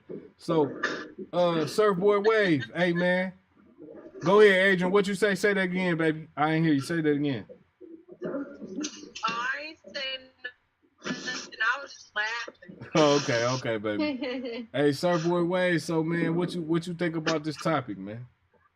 I think it's just smart on Meek Mill part, man. You gotta understand, man. You start getting money and you dealing corporate and you building a brand and you got a lot of big people behind you, like the Craft guy and Rock Nation, Jay-Z. Got people trying to lead you in a good direction of a career that they have done. You know, Jay-Z from the streets, but he didn't carry that shit outside new career he had to go. So if you wearing this weak ass nigga, you talking all this rah-rah, what you gonna do? Have one of your security shoot him? Y'all get into a fight? He just got out of jail on probation. He's trying to do criminal reform. He's strategically smart thinking like a king out here in the streets and not letting no chump put him in a trick bag in a parking lot because he's talking tough. He played it smooth. Let this nigga de-escalate this shit so we can go, because what's really gonna happen? You gonna have some shootout in the parking lot, no multi-million-dollar. Hold on. We don't know what type of. Hold on, Surfboard. Wait a minute, Surfboard. Tekashi 6ix9ine said Meek Mill a hoe. That nigga pussy. He ain't bought what he bought. He a sucker. All type of crazy shit to this nigga. And when he seen him, he wasn't on that type of time, my baby. So you saying that was that was the correct thing for him to do, right? That was it was the correct thing. That's what I meant by it. I'm like, he not about that life no more. He wasn't never about that life anyway. Mm-hmm. But and that's okay. Exactly what I meant. Yeah, that's exactly what I meant when I said it. Was he ain't worth it. 6ix9ine ain't worth it. About that life, get your ass locked up, catch a murder case, blow a multi-million-dollar endorsement, Nike and Sprite, because some sucker got in your face talking shit. Niggas can talk shit all day, man. It's only until the time they get to pulling them things out of their fist out. We got to learn as people, as black men, to not have such a chip on our shoulder, let they hurt you, and let some nigga put you in a trick bag and you blow millions because of some situation in Berkeley. I would have did the same thing. I would have jumped up. I'm not going to let nobody mess up my $1 million opportunity because they test my gangster. And in that case, he ain't gangster no more. This nigga trying to make moves. He around here hanging with Roger Kraft. All these people, you know, he wants them to respect them. He wants them to help him. He want to keep building his criminal reform justice thing. He can't do that. Getting caught up in the okay. About a shootout parking lot. You get it? It's maturity. Chess. This is chess. This ain't checkers. You get it? So it's the right move, man. Fuck what a nigga think he. You know. Facts, Surfboard. I appreciate that, man. Go ahead, Vaughn. What you know, you're not. Hey, Surfboard. I agree with you too, right? But only rebuttal I got to this is that, right? That nigga Meek, I fuck with Meek as an artist, you know, with some of the shit he stand for, right? But at the same time, when you got a nigga addressing shit and saying what they gonna do, and you conjuring up other niggas in the industry to go against a nigga and saying we ain't fucking with this nigga, when we see this nigga, we gonna do this, we gonna do that. Right. He was in academics. Okay. Hold on. Like academics, right? He was on academics' ass. It was like, nigga, he would tell academics, nigga, I'll slap the shit out you, nigga, this, that, and the other, nigga. And I was on Meek's side, but then it's like, nigga, dog changed the narrative and ran down on you. I thought niggas supposed to run down on the rat. Yeah, because this is what we gonna do. Vaughn, hey, Vaughn. Hold on. I just want to say this. Meek said he gonna smack the shit out 6ix9ine, right? That's what I want to clarify. Yeah. Okay. So this is what I'm saying. We from the streets, right? If a nigga say Surfboard, when I see you, nigga, I'ma slap the shit out you, right? If you see this nigga and the nigga threaten you, you already gonna be on 10. You not got to let the nigga slap you. Hell no. Matter of fact, Surfboard, guess what? 9 out of 10, you about to go find out where this nigga at. Because this nigga made these threats. I gotta go handle the threat. This nigga changed the narrative and ran down on a nigga. We ain't never seen that ever. Like, we never seen it play out like that. First time ever. But it's 6ix9ine though. He was being petty. No, but look, But he did that because he knew that Meek was not about it because he's a businessman. So, that's the only reason why he did it. So on the end of 6ix9ine, it was a pussy move. Go to somebody okay. who don't give. Well, let me say this, Adrian. Go to somebody who don't give. What about? Hold on. I want to say this. What about Adrian? Adrian, what about this? What about Black Youngster with that shit? Yeah, I'm saying this though. What about when he ran down on Chief Keef and them and they got shot at? What about when he ran down on motherfucking Casanova and it was a shootout? I'm saying though, he didn't ran down on some niggas though. He done been in Houston at Jay Prince and them shit, talking shit. Them niggas ain't touched the hair on his head, bro. Hold on. But he also been on camera crying because he was scared for his life too. So what? Because he's an opportunist, Adrian. He's an opportunist. He's an opportunist. Those what those incidents are. It's just an opportunity for him to look like he did something, but it's not him. It's other people. With other people, I would agree with Adrian with that. But look, to allude back to what my nigga Surfbird was saying, right? Only thing I gotta say about that Surfbird, I just feel like Meek don't even need to speak on that nigga. Like, leave that shit alone, bro. Like, don't speak on that nigga. Don't say nothing. Cause just like hypothetically, Meek would have ran down on Dog, would have put his hands up. Nigga 6ix9ine would have pressed charges and sued the nigga, bro. Flat out. He would have sued the nigga. Like, then not only that, to allude to what Adrian's saying, right?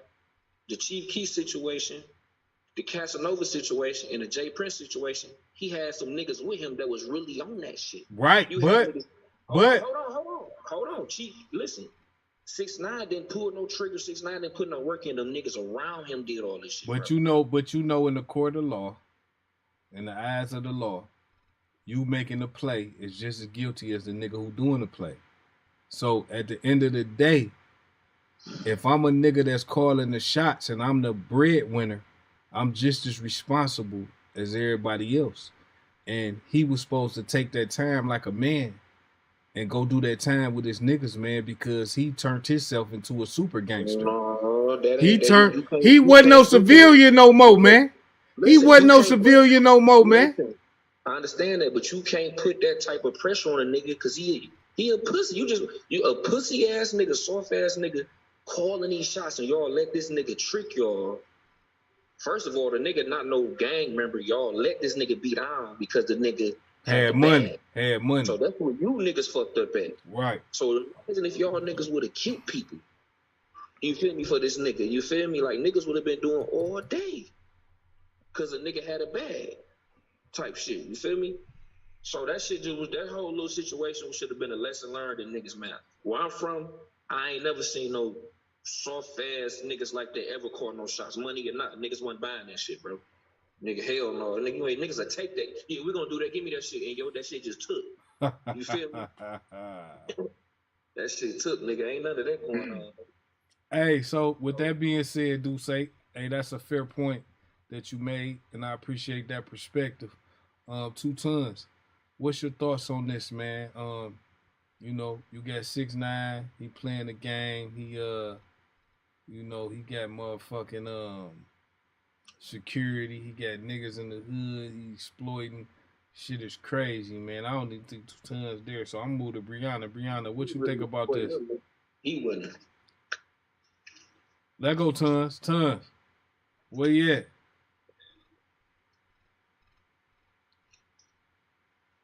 Hey, listen. So you got Snitch 9, 6ix9ine, Snitch 9, the biggest rat of them all. I don't give a fuck. Tell them come get on the show. Fuck them, nigga. Let's get on the show. Let's debate it, nigga. Hey, listen.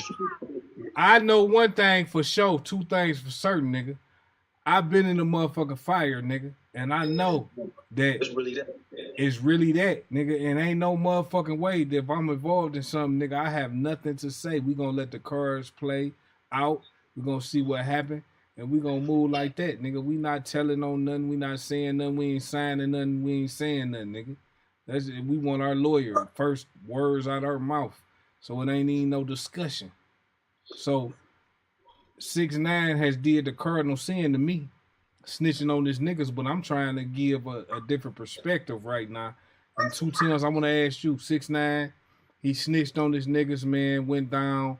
You know, right now he's out. He making money, still rich. He got paid security with him. He got some young niggas right now that he's exploiting from the hood that he got with him. So he's looking like he's relevant in the hood. You know, on the backs of these niggas.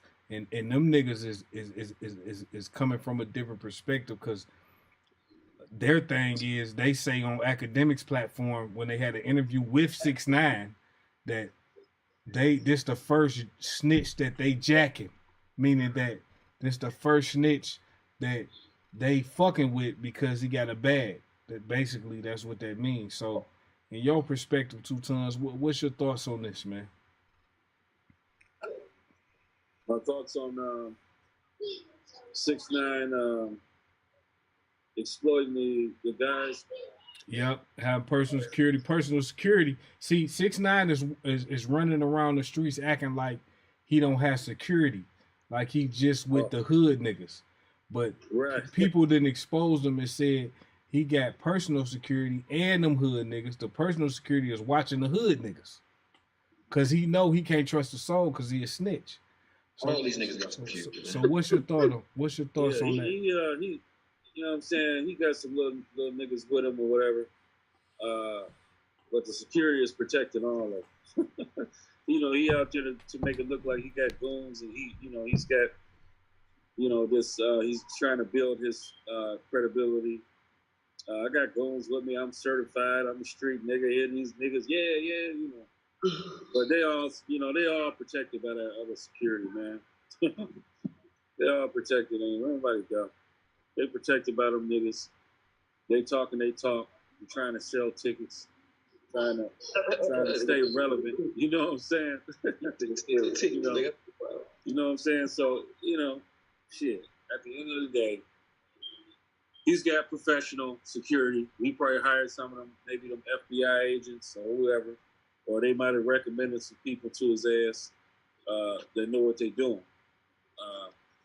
And he got these other little guys trying to make him look like goons, and but on the outskirts they got eyes everywhere. They got a real team that's protecting them. You know what I'm saying? So, that's my thoughts on that shit. Hey, you know what I mean? Because if he didn't, he'd have been back. Them niggas would have took all that jewelry, all that money he'd be flashing and walking around high as a motherfucker, tell y'all to see straight. The motherfucking chain cost $3 million. Motherfucking watch cost $10 million. You know what I'm saying? Yeah, they would have been to his ass out. Right. So he definitely has a professional team that's protecting him and his quote unquote goons. Hey, 2 Tons, listen, right? The young cats that he rolling with right now, these ain't just no regular little niggas. These niggas really put in work. Yeah, they getting busy in the streets. They getting busy. Known for getting busy. So listen, right? Them niggas said. So they known for getting busy in the streets. Yeah. Yeah. Listen. So them niggas said this. But right? how we know this though? How we know that? It's fact. It's fact. Them niggas like that. They ain't no regular. Oh, okay. So it's known that these real street niggas. You don't want to say too much on it, but listen. Okay, so, hold on, Tons. Listen, they on every interview. When they did the interview just now with 6ix9ine, it was all them little niggas. 6ix9ine, Wack 100, and the other nigga. What's the nigga name? The other YouTube nigga, light skin, Hassan Campbell. They was all on the interview, right? And the young nigga said this. They was saying shit like this, Tons. They was asking them questions like, "Would you be fucking with 6ix9ine if it wasn't for the money?" And they would avoid that question. They wouldn't answer that question. Because that's all it is. And they were saying this the first snitch that we jacking. They said this. This is an embarrassing statement to 6ix9ine. This should be. He should feel offended. He should feel offended by that statement. But they saying this the first snitch that we jacking. Go ahead, Tons. And the young niggas had a point too like this. They like shit. It's other niggas that's been snitching. If you go around the country, it's niggas. In the hood, they say they hood. No, they reference they hood. They say it's old niggas snitching right now, walking around the hood. Ain't nobody did nothing to. So fuck what y'all niggas talking about. Why y'all worry about this nigga too? Right. Yeah. That's why niggas be putting their business where they don't belong. If we gonna be on this snitching shit, you gotta address all snitches. Yeah. Right. You feel me? Okay. So I see a couple things here. One, it could be. I mean, you gotta look at 6ix9ine's, previous ventures when he got with some credible hood niggas. You know what I'm saying? Thinking he could outsmart them. They'll back his ass. They're his goons. They're gonna put the bread up and all that type of shit. And he got busy and did his thing. And then here these other guys that's trying to make some money. Maybe they want to launder some money. Maybe they want to, get into the entertainment business, get some of that entertainment bread. You know what I mean? So that's one perspective to look at it, that it's just business. You know what I mean? We ain't got to be friends, but this is just business. And it's a win-win situation. It's going to help us, and it's going to help that nigga too, because he with us. You see what I'm saying? Yeah. Then you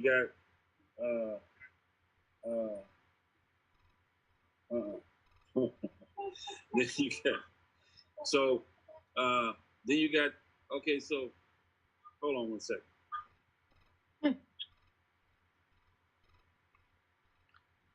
Okay, so yeah. Yo, Tucson, don't you think it's just witness protection? They're trying to get more people, and they're like, "You're in for life.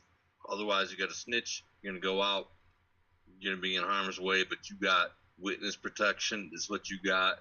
Like Shanks said, "Okay, well, these are Navy SEALs, and security." I'm just.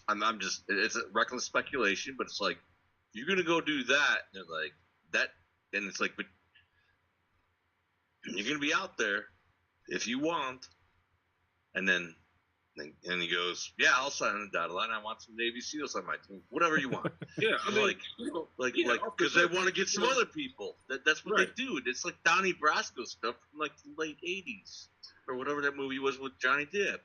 Right, off the rip.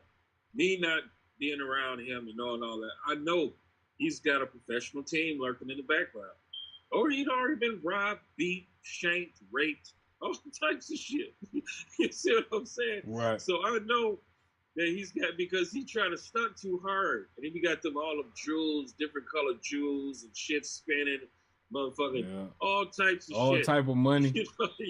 You see what I'm saying? So you definitely know he got the niggas professionals on the team. And now we got professionals on the team. Now he's got some real niggas on his team as well. So they like, nigga, we trying to get a check, nigga. When he with us, nigga, step aside. You see what I'm saying? We trying to get this bread. Don't get in the way. Y'all know how we cook. You see what I'm saying? So, hey, that's like, let me say this, son. To answer to hey, hold on. Let me say this, Timo. He just make me think about something about DaBaby. DaBaby to me has been the most undefeated artist in the history of artistry. The nigga can't be defeated. The nigga that beat on niggas, killed niggas, shot niggas, beat on niggas some more. Oh, you talking about DaBaby, the one that's the dark skin? Oh man, a couple babies. DaBaby from North Carolina. He from North Carolina. DaBaby, the one that be knocking niggas out. Yeah, knocking niggas out, shoot nigga, kill nigga in the Walmart, got away with it. He didn't beat on niggas just in the mall. He didn't. The nigga undefeated. He Floyd Mayweather in the motherfucking industry. So my thing is this: is there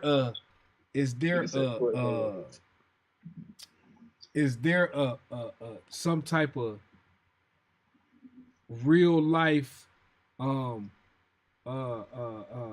you can say like, this is the way to do this? Like as an artist, that's the way I would say an artist would want to be, undefeated. Is this the blueprint?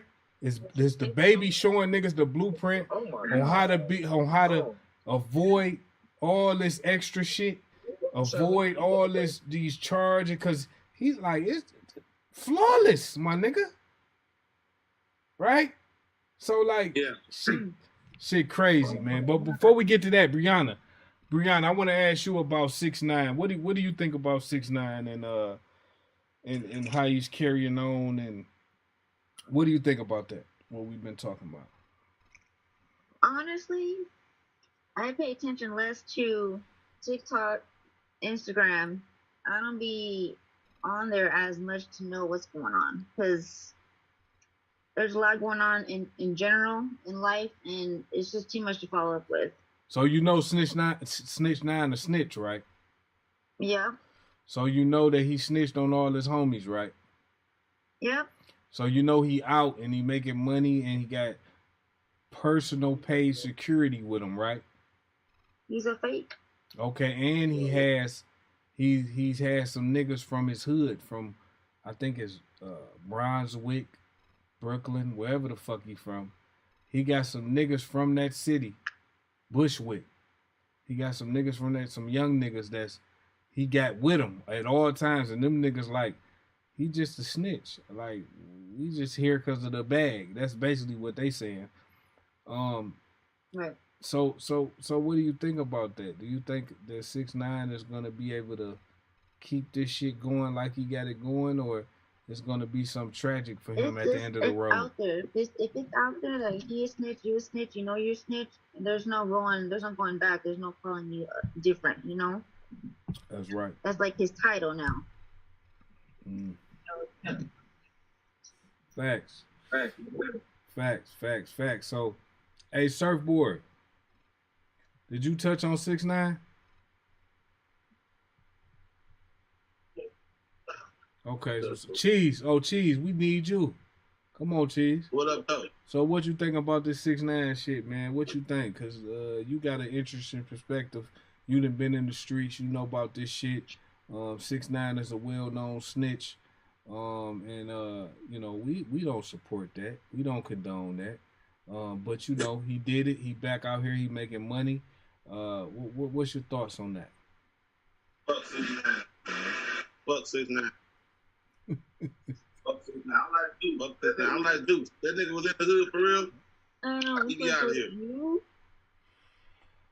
He be out of here. Fact. Ain't no like what was the woman that just said something? Ain't no you once you cross that road, nigga, you can't cross back over. It's over. That's right. What he's really doing is exposing a lot of niggas in the industry that say they doing a lot of shit or in life, period, that they're really not doing. Period. You know what I'm saying? They faking. Because nigga, you run up, how the fuck you gonna run up on a nigga after he say he gonna smack you, then he don't smack you? You ain't got to kill that nigga. I got enough lawyer money. I'm beating your ass, nigga. I'm going to jail. Flat out. I'm gonna be out that motherfucker before them scars get off your ass, I bet you. Fuck that. Fuck that. No, that's facts. Hey, that's facts, Cheese. Hey, I appreciate that. I'm not condoning that shit he did at all. I can't go along with it. Now, about the niggas that was gonna kill him, his homeboys. Ooh, that's a hard pill to swallow, dog. Maybe he should have got in jail and killed them niggas, but if he would have told him, he wasn't getting out of jail. He wasn't getting out. That's a whole fucked up situation. He had to tell, or he wasn't getting out. His ass should have rotted. For real. Hey, no, that's facts, man. So listen, Timo. Hey, go but ahead. he wasn't about that life. He wasn't about that life. You got to think about what you're saying, though. That's different than I said Black Youngster name. That's different than one of these niggas that's really about that shit telling. Right. He wasn't about that shit in the first place. Yeah. So true. him telling was really expected. He was suspect from the beginning. Because everybody was looking like, who the fuck is this nigga? Where the fuck he come from? Man, the feds was already on them niggas, man. They was already doing the investigation on them niggas. And him coming in just put the icing on the cake and made it easier for them people, dog. Mm-hmm. They already That's what I said that, yeah. And was about to take them niggas down, man. That shit documented. They had wiretaps and all type of shit way before 6ix9ine. They was on them niggas. He just infiltrated them niggas' gang. You feel me? And that helped them people, dog. That's all that shit was, man. Them niggas was slipping. So, hey, with that being said, do say Vaughn, that's a fair point. Timo, okay, what you think about this, man? So this is the playbook that we use in Iraq and Afghanistan. It's like you are going to Gitmo, or you're going back out to get us the intel we need. Right. That's the simple thing that that's the playbook that law enforcement, even in America, which is largely military, is like, yo, you're going to Gitmo, but if you want to see your family, you want to be out in the field, you're going to be out there. You're going to risk your life, but you're going to Gitmo, Guantanamo Bay, Cuba. If not, okay, take that deal. But here's the deal. You want to go out there, you want to do this, whatever you're going to do, looking for a bigger fish is the exact playbook that was used for 20-something years. And that's the way law enforcement still operates this day. So in my opinion, although I don't know it for a fact, is they were like, well, you can either do this, you're going to risk your life, but other than that, you're going to spend the rest of your life in prison. That's the way it works. That's the way it worked, like with terrorists. Did y'all see Lil Dirt Daddy? Who? Yeah. Lil Dirt Daddy. That's all I have to say about that, but that's the way it works. He just got out of jail. He did 26 years because he didn't tell.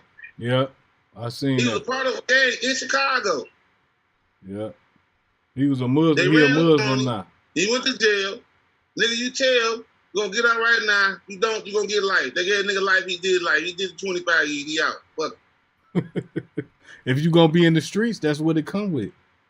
And that's what he said. When you look at the image, but what he said, you know what come with this shit when you get in it. Mm-hmm. So hey. What you gonna do? You gonna play the field. You know what I mean? You know, as a nigga in the streets, man. You know, it's politics in the streets. Certain things that you gotta go by.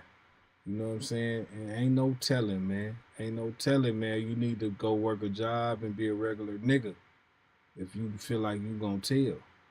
Because once you get in the streets, you gotta abide by the street rules, man. That's just how it go. That's just all I know. So I don't know nothing else. So I'm gonna do legal shit. From experience, I know this. As being from the street, being in the streets, however you want to put it. It's some shit you gotta take to your grave, and some shit you gotta ask for forgiveness for. That's right. Grow with it. Hey, that's facts. Hey, I appreciate that, Cheese. Hey, listen, the last thing I want to touch on tonight, and the ladies, they may even, know a little bit about this, but I want to touch on the NBA Finals, man. I'm gonna admit that I bet it. I need my cheese, nigga. Hold on, Vine. I admit that I bet it on Boston because my first initial pick was Miami. Before you stop, go ahead. How you gonna be from Detroit and roll with Boston? Because I just stayed with the East. Because first I was picking Miami. You feel me? I was picking Miami to win it all. And when they lost to Boston, I just said, fuck it, I'm going to go with Boston. As I know, Splash Brothers, that's the easy pick. I didn't want to go with the easy pick. So I picked Boston, and I lost. But Vine, stop fucking playing, bro, because we didn't make no official bet, bro. You on some bullshit right now. My man, we not gonna do this on this podcast, my nigga. Get my motherfucker, get my shit to the house, man. We not about to argue on the podcast. Nigga. We didn't bet no official. Vine, come on, nigga. You asked me, nigga. You said, nigga, who gonna win?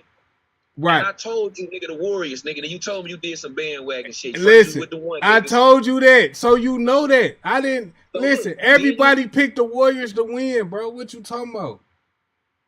No, ain't nobody else picked Boston but you. Me.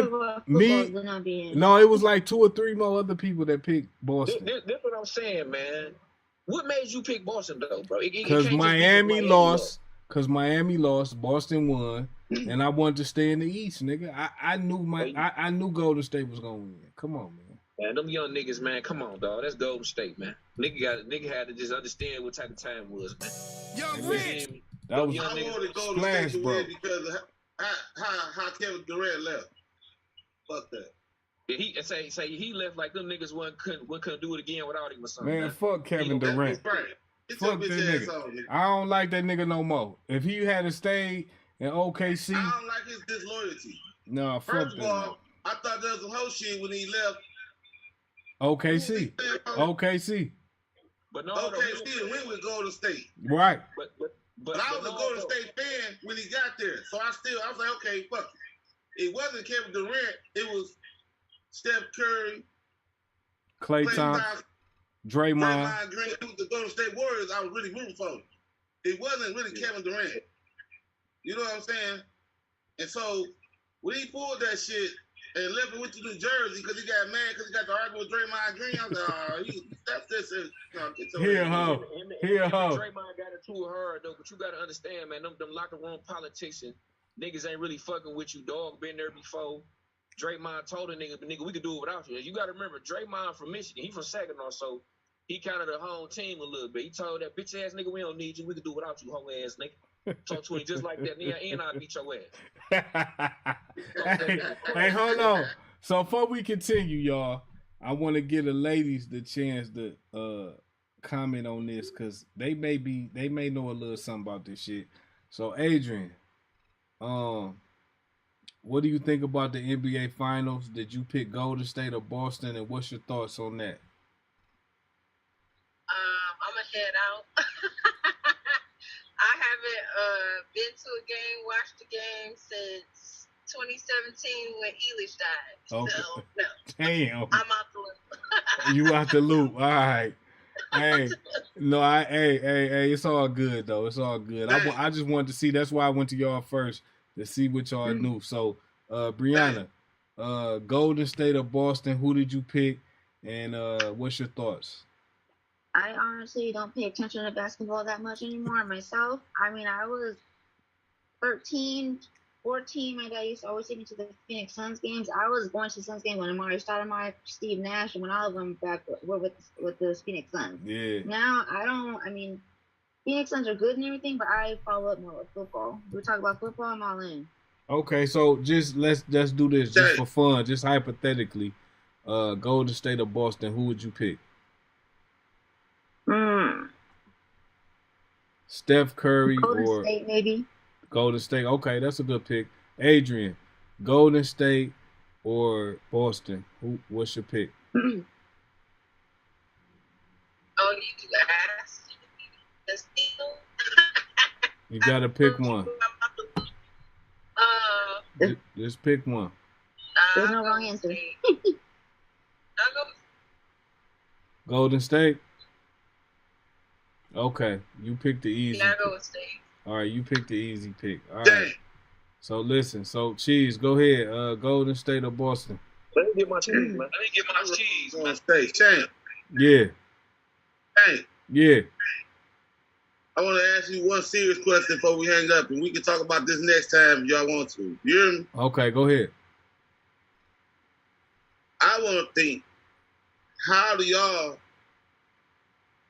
think or figure a way out that we can handle the mass shooting that's going on, restaurants, grocery stores, especially the schools? I mean, every time you turn the news on now, somebody got an automatic motherfucking machine gun killing a lot of people that they don't even know for nothing. Like, how can we get a handle on it? Or do y'all ever think we'll get a handle on this shit, or is it going to get worse? Okay, that's hold on. That's a fair question. That's a very fair question. Real quick though, before we answer that question, I want to ask Tim in 2 tons. Tim, hold on, Tim. Okay, yes. Golden State or Boston, real quick. Me, Golden State. Okay, you Golden State, Cheese. Tim, Golden State or Boston? I couldn't go with Boston anyway because of how the Pistons used to beef with them. I don't like Ohio State. I don't like Boston. I don't like Chicago. I don't like Dallas. Everybody in Detroit don't like. Everybody in Detroit don't like. Everybody, though. Shank, Go ahead. This question was about what the representative in Detroit is trying to do. I know. But wait. No, wait. Get rid of the ammunition. Hold on. Before we get to that, I'll let you respond first to that. But before we get to that, sorry to interrupt, but I want to answer Cheese because I got you. I got you. Just tell me, Golden State or Boston? I mean, next year? This year, who was you picking? Before I'm already on wax, going 1-1, and then I told you if it's not a Scott Foster game when it was 2-2, it wasn't in 5 or 6. If you had a choose, and it was over. So Golden State. Scott Foster was 13-0 when he ref Boston. Yeah. And when he didn't ref, it was 8 losses for Boston. He didn't ref 5 or 6. So he didn't ref that game 6. He didn't ref that game 6 then. Nope, not 5 or 6. Okay, so you saying that's what I said. Yeah. Okay, all right. That's and a I fair made point. money, but I said it when it was 2-2. That's a fair point. Fair point. So Yeah, 2 tons. I actually thought they were gonna have a game 7, so we could have watched that shit on Father's Day. I know I would have wanted to watch that for sure. So 2 tons. Golden State or Boston? Who was your pick before the series ended? Deuce Vine, Golden State or Boston? Come on, man. You already know what time it is, man. I need to get my cheese to the house, man. Golden State, man. All right, so look, we gonna transition in the cheese question, and for the panel, the question is, what can we do about all of these mass shootings that's been happening lately? What can we do to rectify or correct or do something about this? Adrian, I want to go to you first. What do you think about this mass shootings, and what can we do to correct? Well, I'm sorry.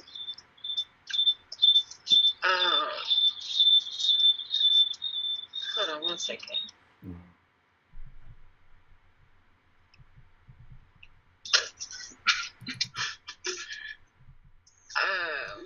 Can y'all hear me?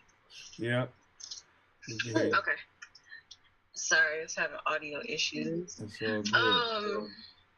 First of all, if it's other countries that's not having these issues, we need to speak to those other countries to see what tactics that they have utilized to make it where these things are not happening.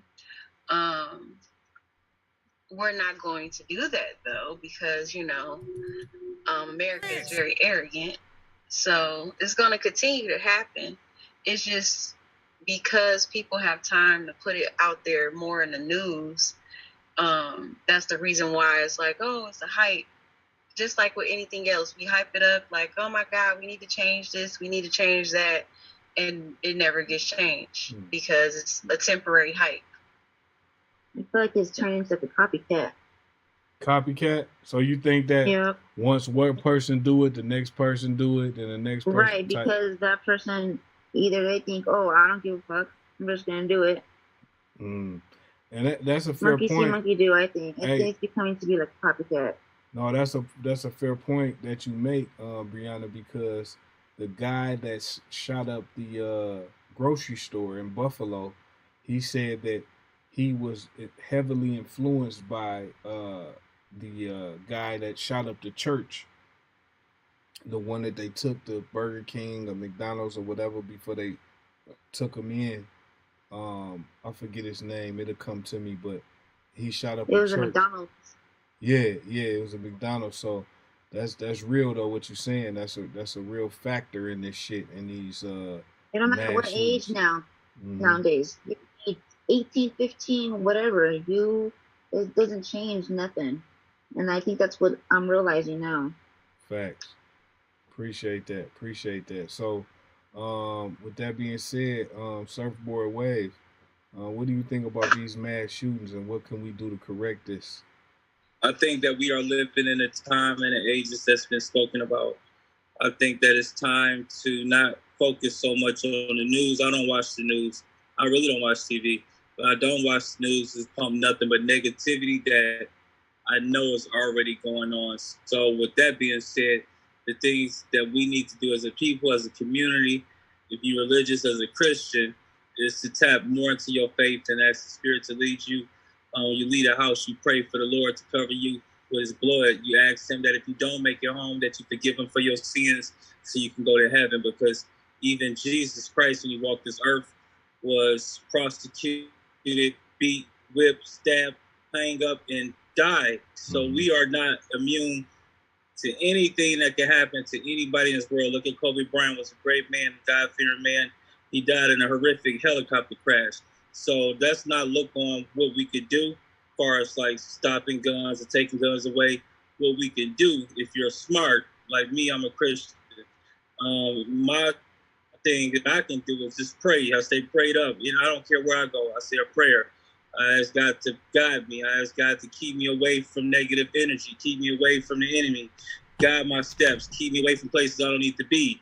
That's what we need to do as a people, because you never know when your time will come. You can play everything right to the T. You go to the store, have a pistol on you and everything. And, you know, like Sue was saying, after drop of a dime, somebody starts shooting, bullet hits you, done. So the only thing we could do, man, is know the times that we're living in, know the Lord that we serve, that protects us, and pray that He guides us and protect us. And if it just so happened to be that day that you lead this earth, whether if it's in a mass shooting or whatever, you will go to heaven, because you can't control what will happen. And we trying to control things that's already in the works of what's going on with the times. So that's the best thing, man. Stay prayed up if you believe. If you not believe, whatever you believe in, however you keep your mind and your peace and yourself safe and sanity, that's what you do, is get more into prayer and pray over your family, your personal life every day, because there's going to be things happening. And it's going to keep happening. It's going to get worse. It's going to get worse, and it's going to get worse before you get better. And taking guns away from people is not going to do it. They're going to find another way. So my thing is, like I said, what you can do is pray over your family, your kids, and ask God to guide you. The Bible say 10,000 may fall to your left, another 100 may fall to your right. Your foot but not stumble. And I'm not saying anybody that died didn't believe in Christ and that didn't apply to them. I don't know why that happened to them, but at least I can go to sleep at night or wake up and move with that prayer in my head, with belief that even if that did happen to me, my soul is right with Christ, to where I'm leaving here to go to a better place, because I knew the type of world we live in, man. And so that's what I wish everybody would do. The communities get together, tap into their faith, and believe in the Lord, and pray more.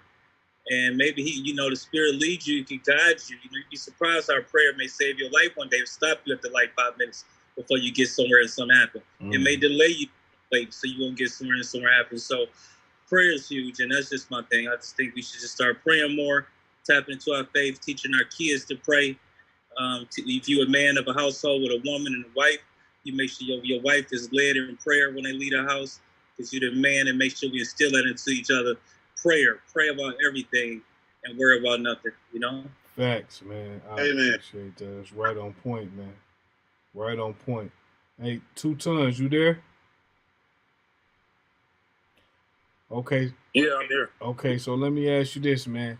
The mass shootings, Cheese posed a interesting and a very hot topic question to the panel, and the question was, how do you feel about these mass shootings, and what can we do to correct them? It's mass shootings? Yeah, it's been mass shootings in schools, malls, pretty much anywhere you can think of. It's been a lot of them. It's been crazy. So what's your thoughts on that, man? And what can we do to try to correct this shit? Well, the mass shootings is a terrible thing.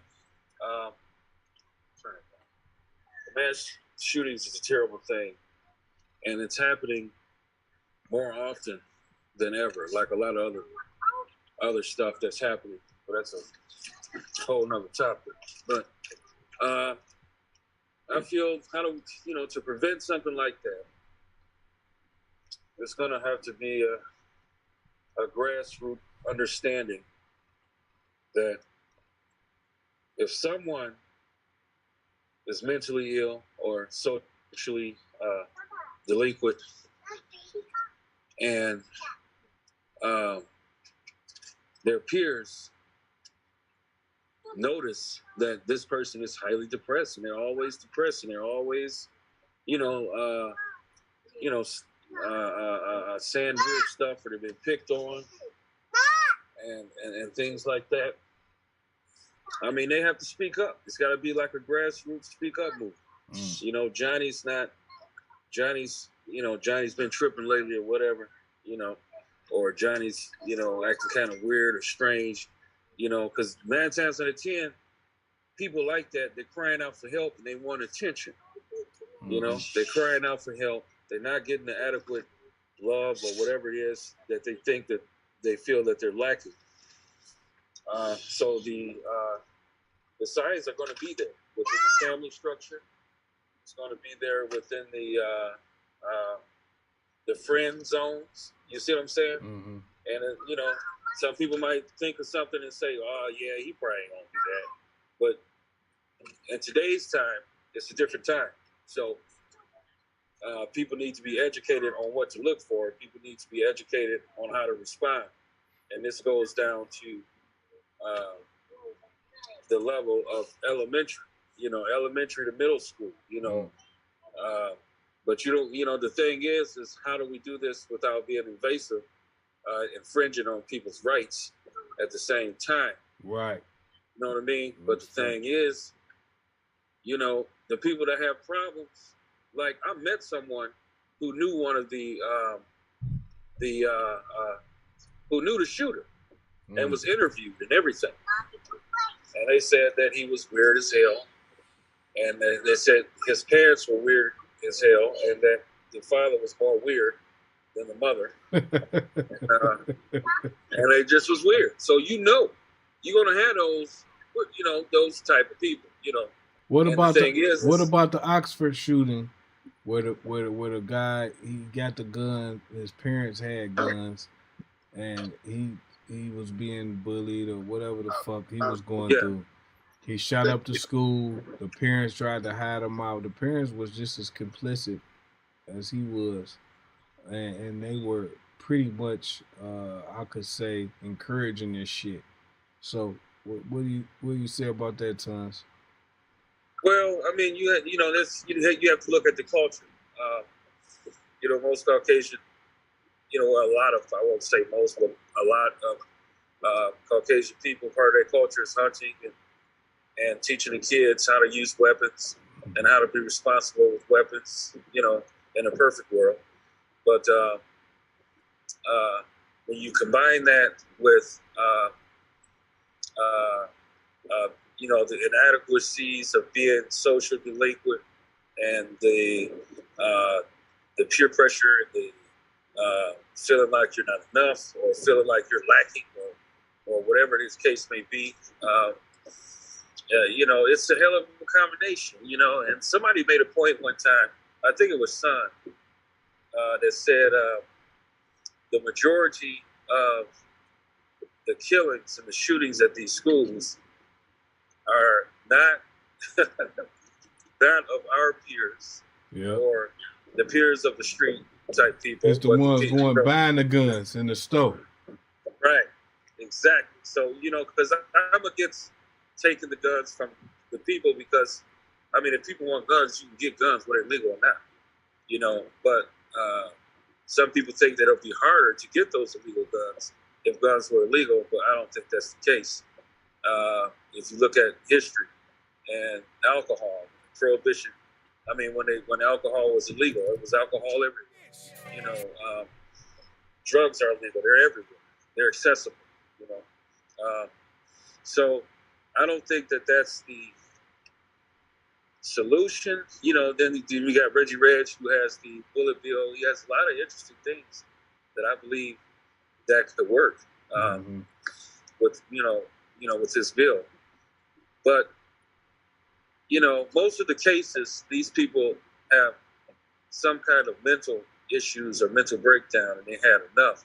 And people just need to stop, and that community need to stop overlooking, because they overlook so much, in those communities in the education system. You got little Jimmy that can't sit still. You got little Timmy that just constantly does stuff all the time. Or you got little Brian that's always painting dark shit on his face and acting depressed and cutting himself and shit. So there's so much of that going on in that community. You know what I mean? It's kind of hard to pinpoint.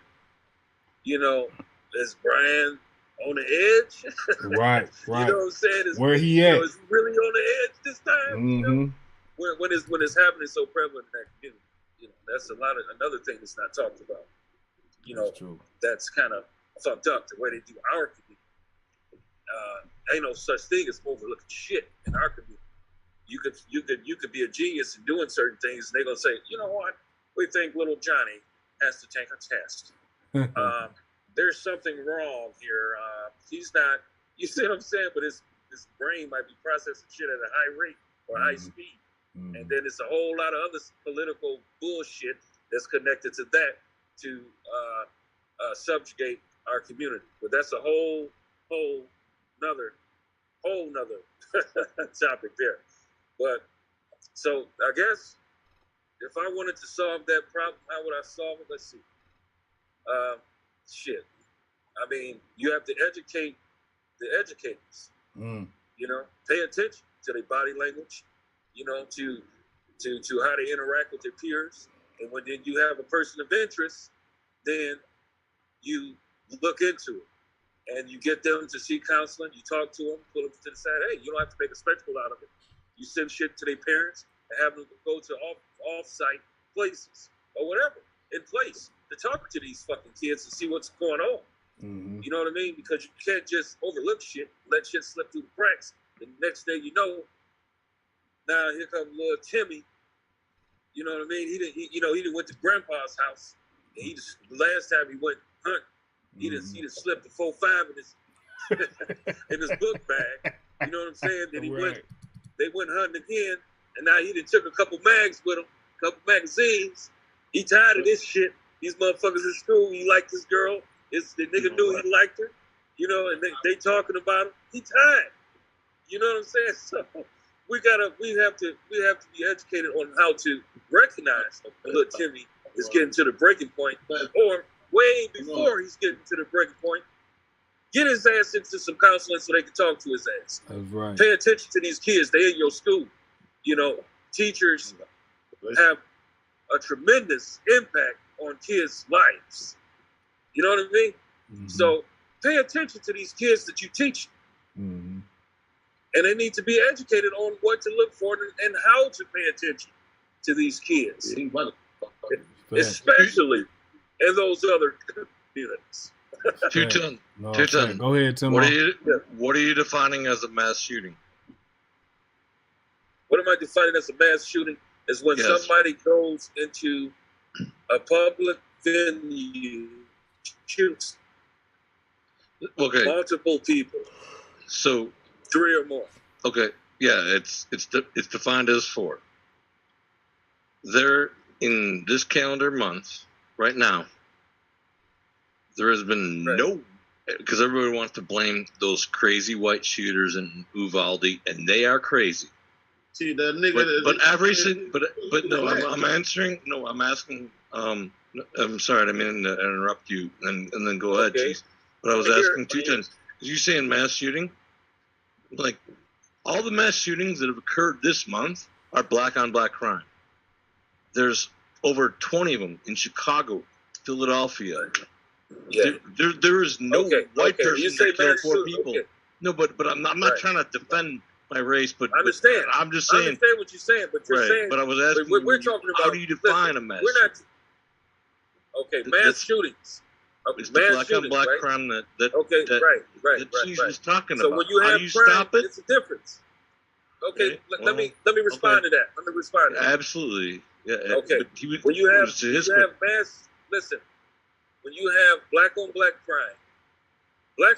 crime is not niggas going out into a crowd and killing people for no fucking reason. When you have black on black crime, these niggas that stole some shit, stole some dope that they didn't hustle hard to make up, they done rob somebody, whatever. It's always some kind of underlying issue or some issue. girl By the girl, by the bitch. You know, yeah.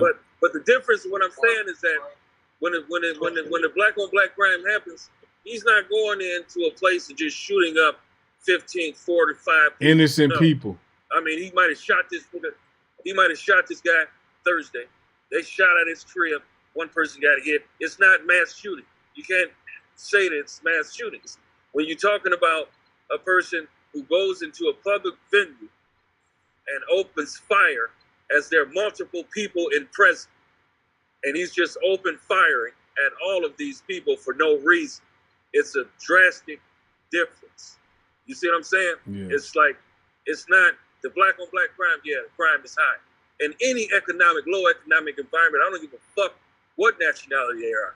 It could be white, motherfucking black, Chinese. Look at any low economic environment in the fucking world, and you tell me if there's violence or not.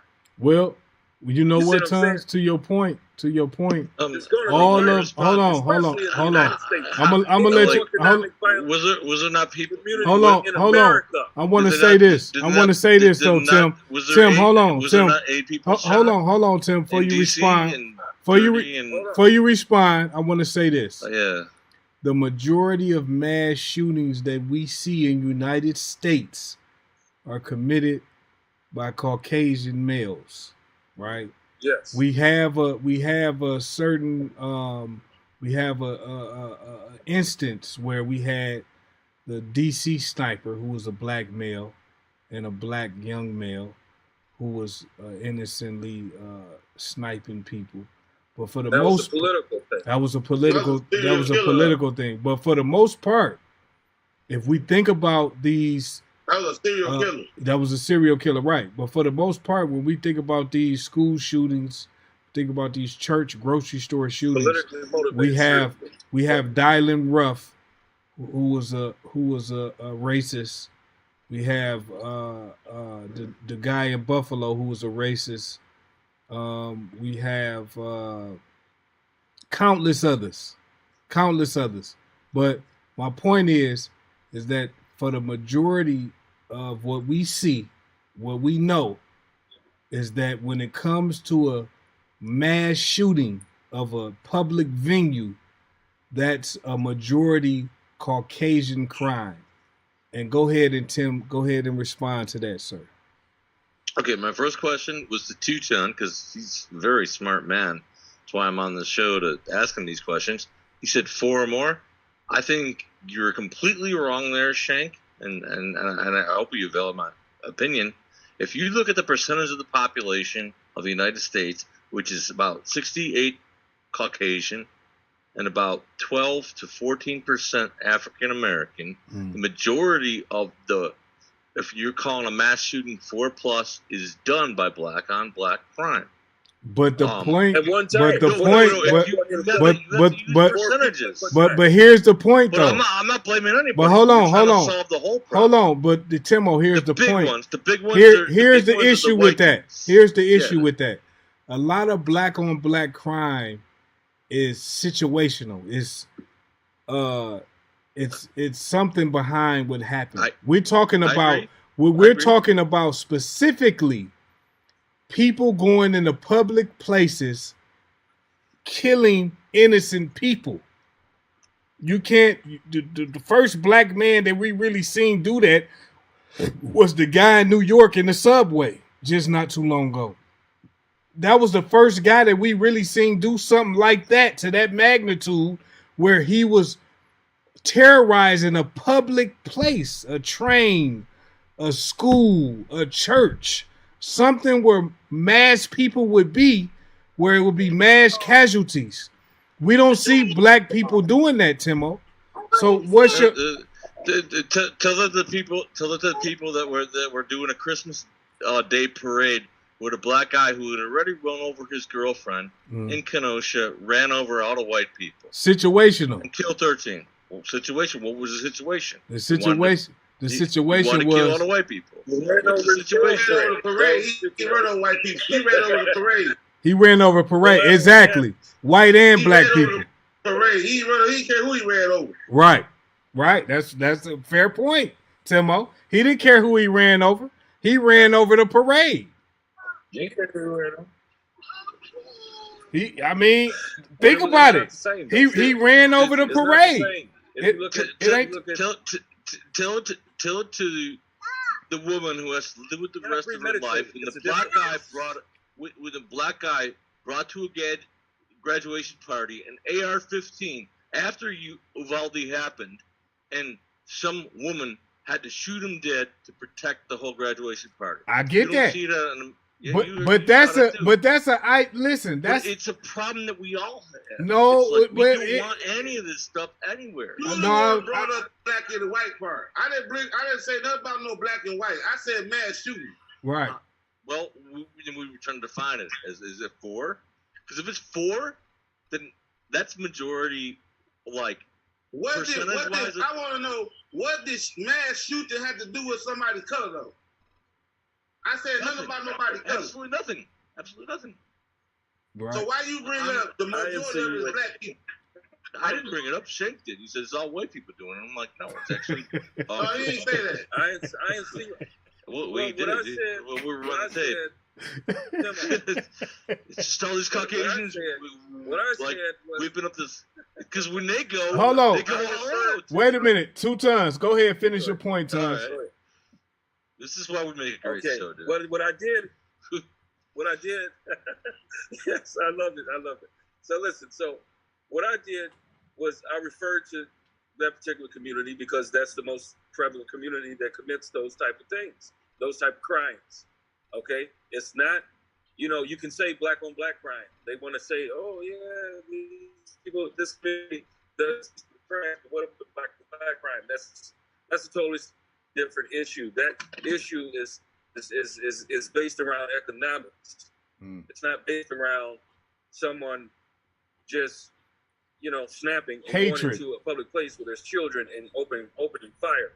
It's a totally you cannot equate mass shootings with black on black crime because it's just not the same. It's different. You know what I mean? In the black community, you don't see guys just going in for no reason, killing innocent people that they don't even know. It may be collateral damage if they're trying to target someone and they're shooting at the guy and other people get hit. That's collateral damage. Not saying that it's justified, not saying that it's right. Because it's very wrong. Yeah. It's very, very wrong. But that stems from the economic environment that they're in. Now, any low economic environment in the state of America, in the country of America, you're going to have crime. You're going to have drugs. You're going to have shooting. So there's communities where there's whites that are poor, and they rob each other. They shoot at each other. They kill each other. There's Mexican communities that are in a low economic environment, and they have drugs, and they have killings, and they have robbings, and they have stealings. So it's not about, we're talking about, that's a whole different issue. It's based around economics and people wanting more out of life, or some people just trying to get ahead in life, or whatever the situation may be, or they just might be just some assholes, But the majority of the black on black crime, like they say, and it's more than just black on black crime. It's poor on poor crime. That's what it is, and it doesn't have a color or nationality to it. If you really want to look at the statistics and be technically correct. Now, when you look at mass shootings, Okay, mass shooting yesterday, Juneteenth, which is a celebration of when finally that in Galveston, Texas, there was a celebration in D.C. How many black people got shot? 8. And how many got killed? That's because the motherfuckers got to fighting, like he just said, though. Right. So when people, even at you have some. That wasn't somebody just said, go kill a lot of motherfucking people. So people got to fight, and they got to shoot. Like this. Mad people got shot. They had nothing to do with. I woke up today and a mad world is gonna go kill any motherfucking body I see. Right. Now, this is another thing. You have you have Mexican on Mexican crime. You have white on white crimes, killings. But guess what? A lot of that particular community doesn't get a lot of media coverage. You see what I'm saying? But when it's a black on black crime or Hispanic on Hispanic crime, it's going to get media coverage. So it's not going to be in the forefront. But guess what? It is. There's hella white on white crimes. Any community, any low economic community, I don't give a fuck what race it is going to have crime. And with crime, you're going to have drugs. And with drugs, you're going to have. But these people I'm talking about doing these mass shootings, they're not even killing motherfuckers in their community. They going somewhere else and killing motherfuckers. Right. Right. Yeah. Then you got the guys that's 2021. 2021, my hometown of Chirac. 797 killings, black on black crime. And you can say talking about black on black crime though. What I'm saying. But see, Timo is making a point, and which is a fair point, that in places like Chicago, places like Detroit, places like Florida, places like California, is way too much black on black crime. So whenever we talk about crime in general, it is a fair point to bring up the way that we kill and slaughter each other on a daily basis for nothing, right? But to our point, hold on. What we gonna do about black on black crime? But this is what I'm saying. What we gonna do about white on white crime? To our point, what we gonna do about Mexican on Mexican crime? Right, it's all type of crime. What we gonna do about the fucking mass shooting? Yeah, no. To our point though, the point that we was trying to make is that even though we have a lot of black on black crime, we still have to address the mass shootings that happen where people lose their lives for literally nothing. And it's kind of like you can't take away from either or, because both of them is having an impact on the community, because you got black people dying in these situations to where there's senseless for no reason mass shootings. And then you have black people dying, black on black crime. So they're both important. So let me just say that. But let me say one little thing. Just step to the right. And the reason why a lot of people say black on black crime is because that's the most publicized incidences in the country. That's a fair point. In the country, you see what I'm saying? Mm-hmm. Because look at the prisons.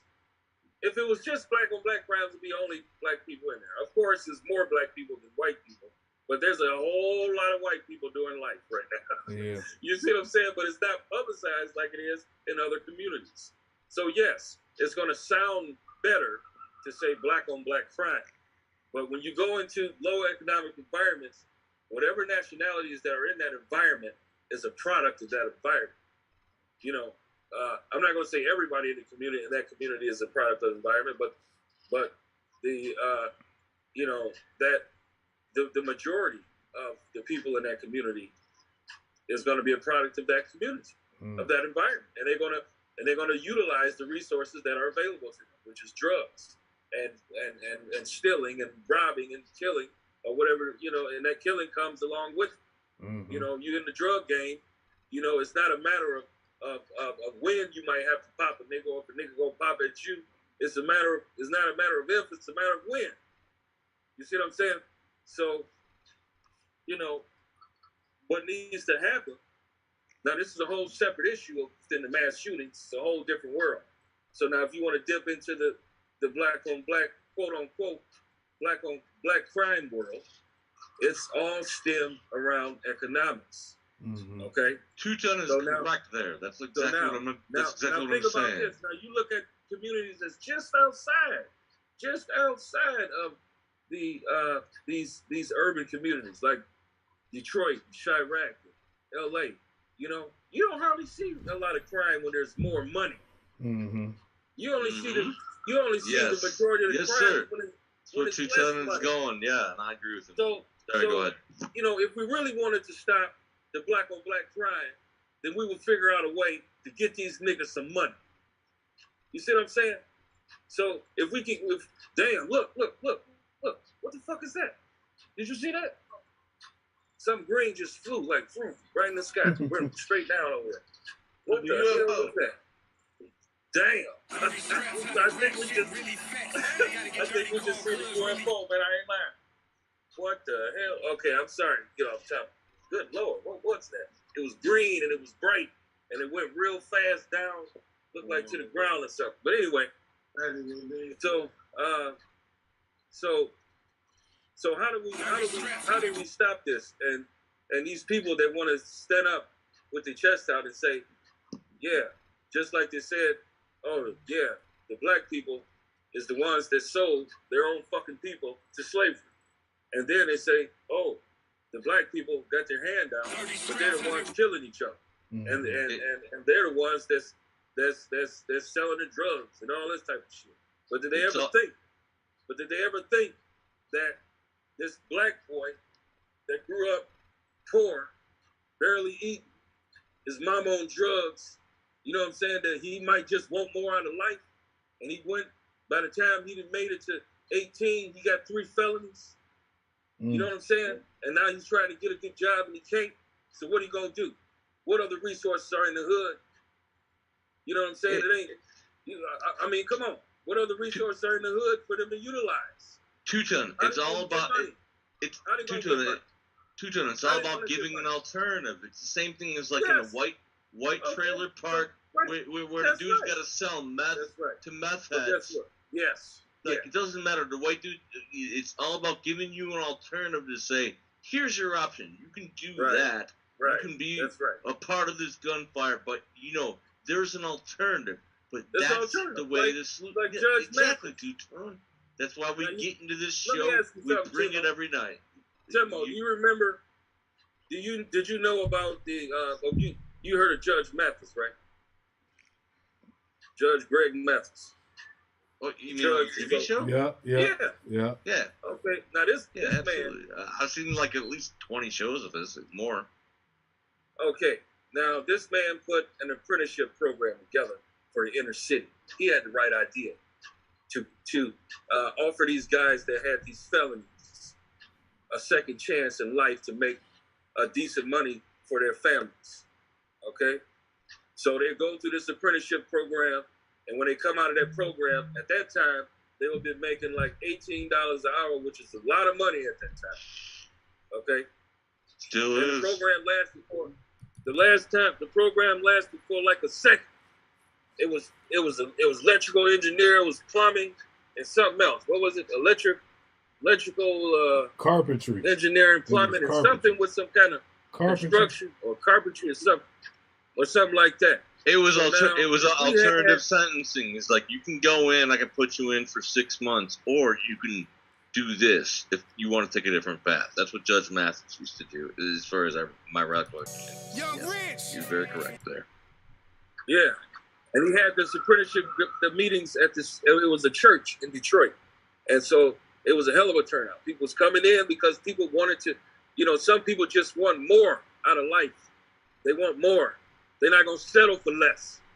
You know what I'm saying? They're not going to sit there and just starve. They're not going to sit there and just fucking, there's plenty of jobs. You can go to McDonald's. Some people saying, fuck that, ain't enough. I work for McDonald's. I bust my ass. They talk to me any kind of way. And I still ain't got enough to pay my motherfucking lights and gas, but I paid my rent. And I might have paid my gas bill, but I can't afford the water bill.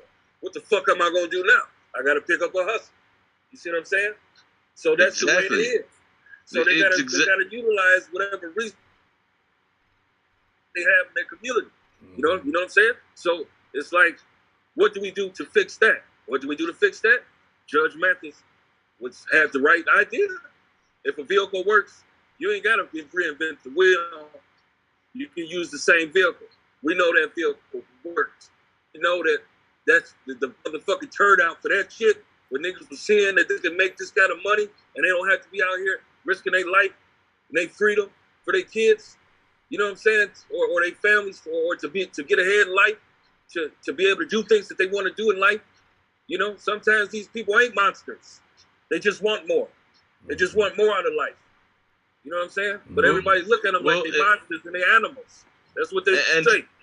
And Two-Ton, it's the same thing that Surfboard's probably going to blast me up on. It's like, you can give a man fish, but if you teach him to fish, he eat for a lifetime. Same thing.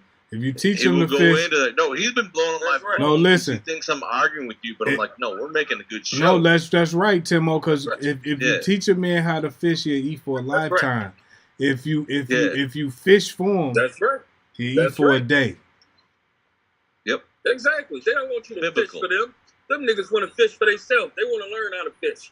They ain't trying to be getting no fucking handouts and all that shit because it ain't enough. You know what I'm saying? Mm-hmm. That's why there's crime. They're crying out for help. They're saying, nigga, this ain't enough.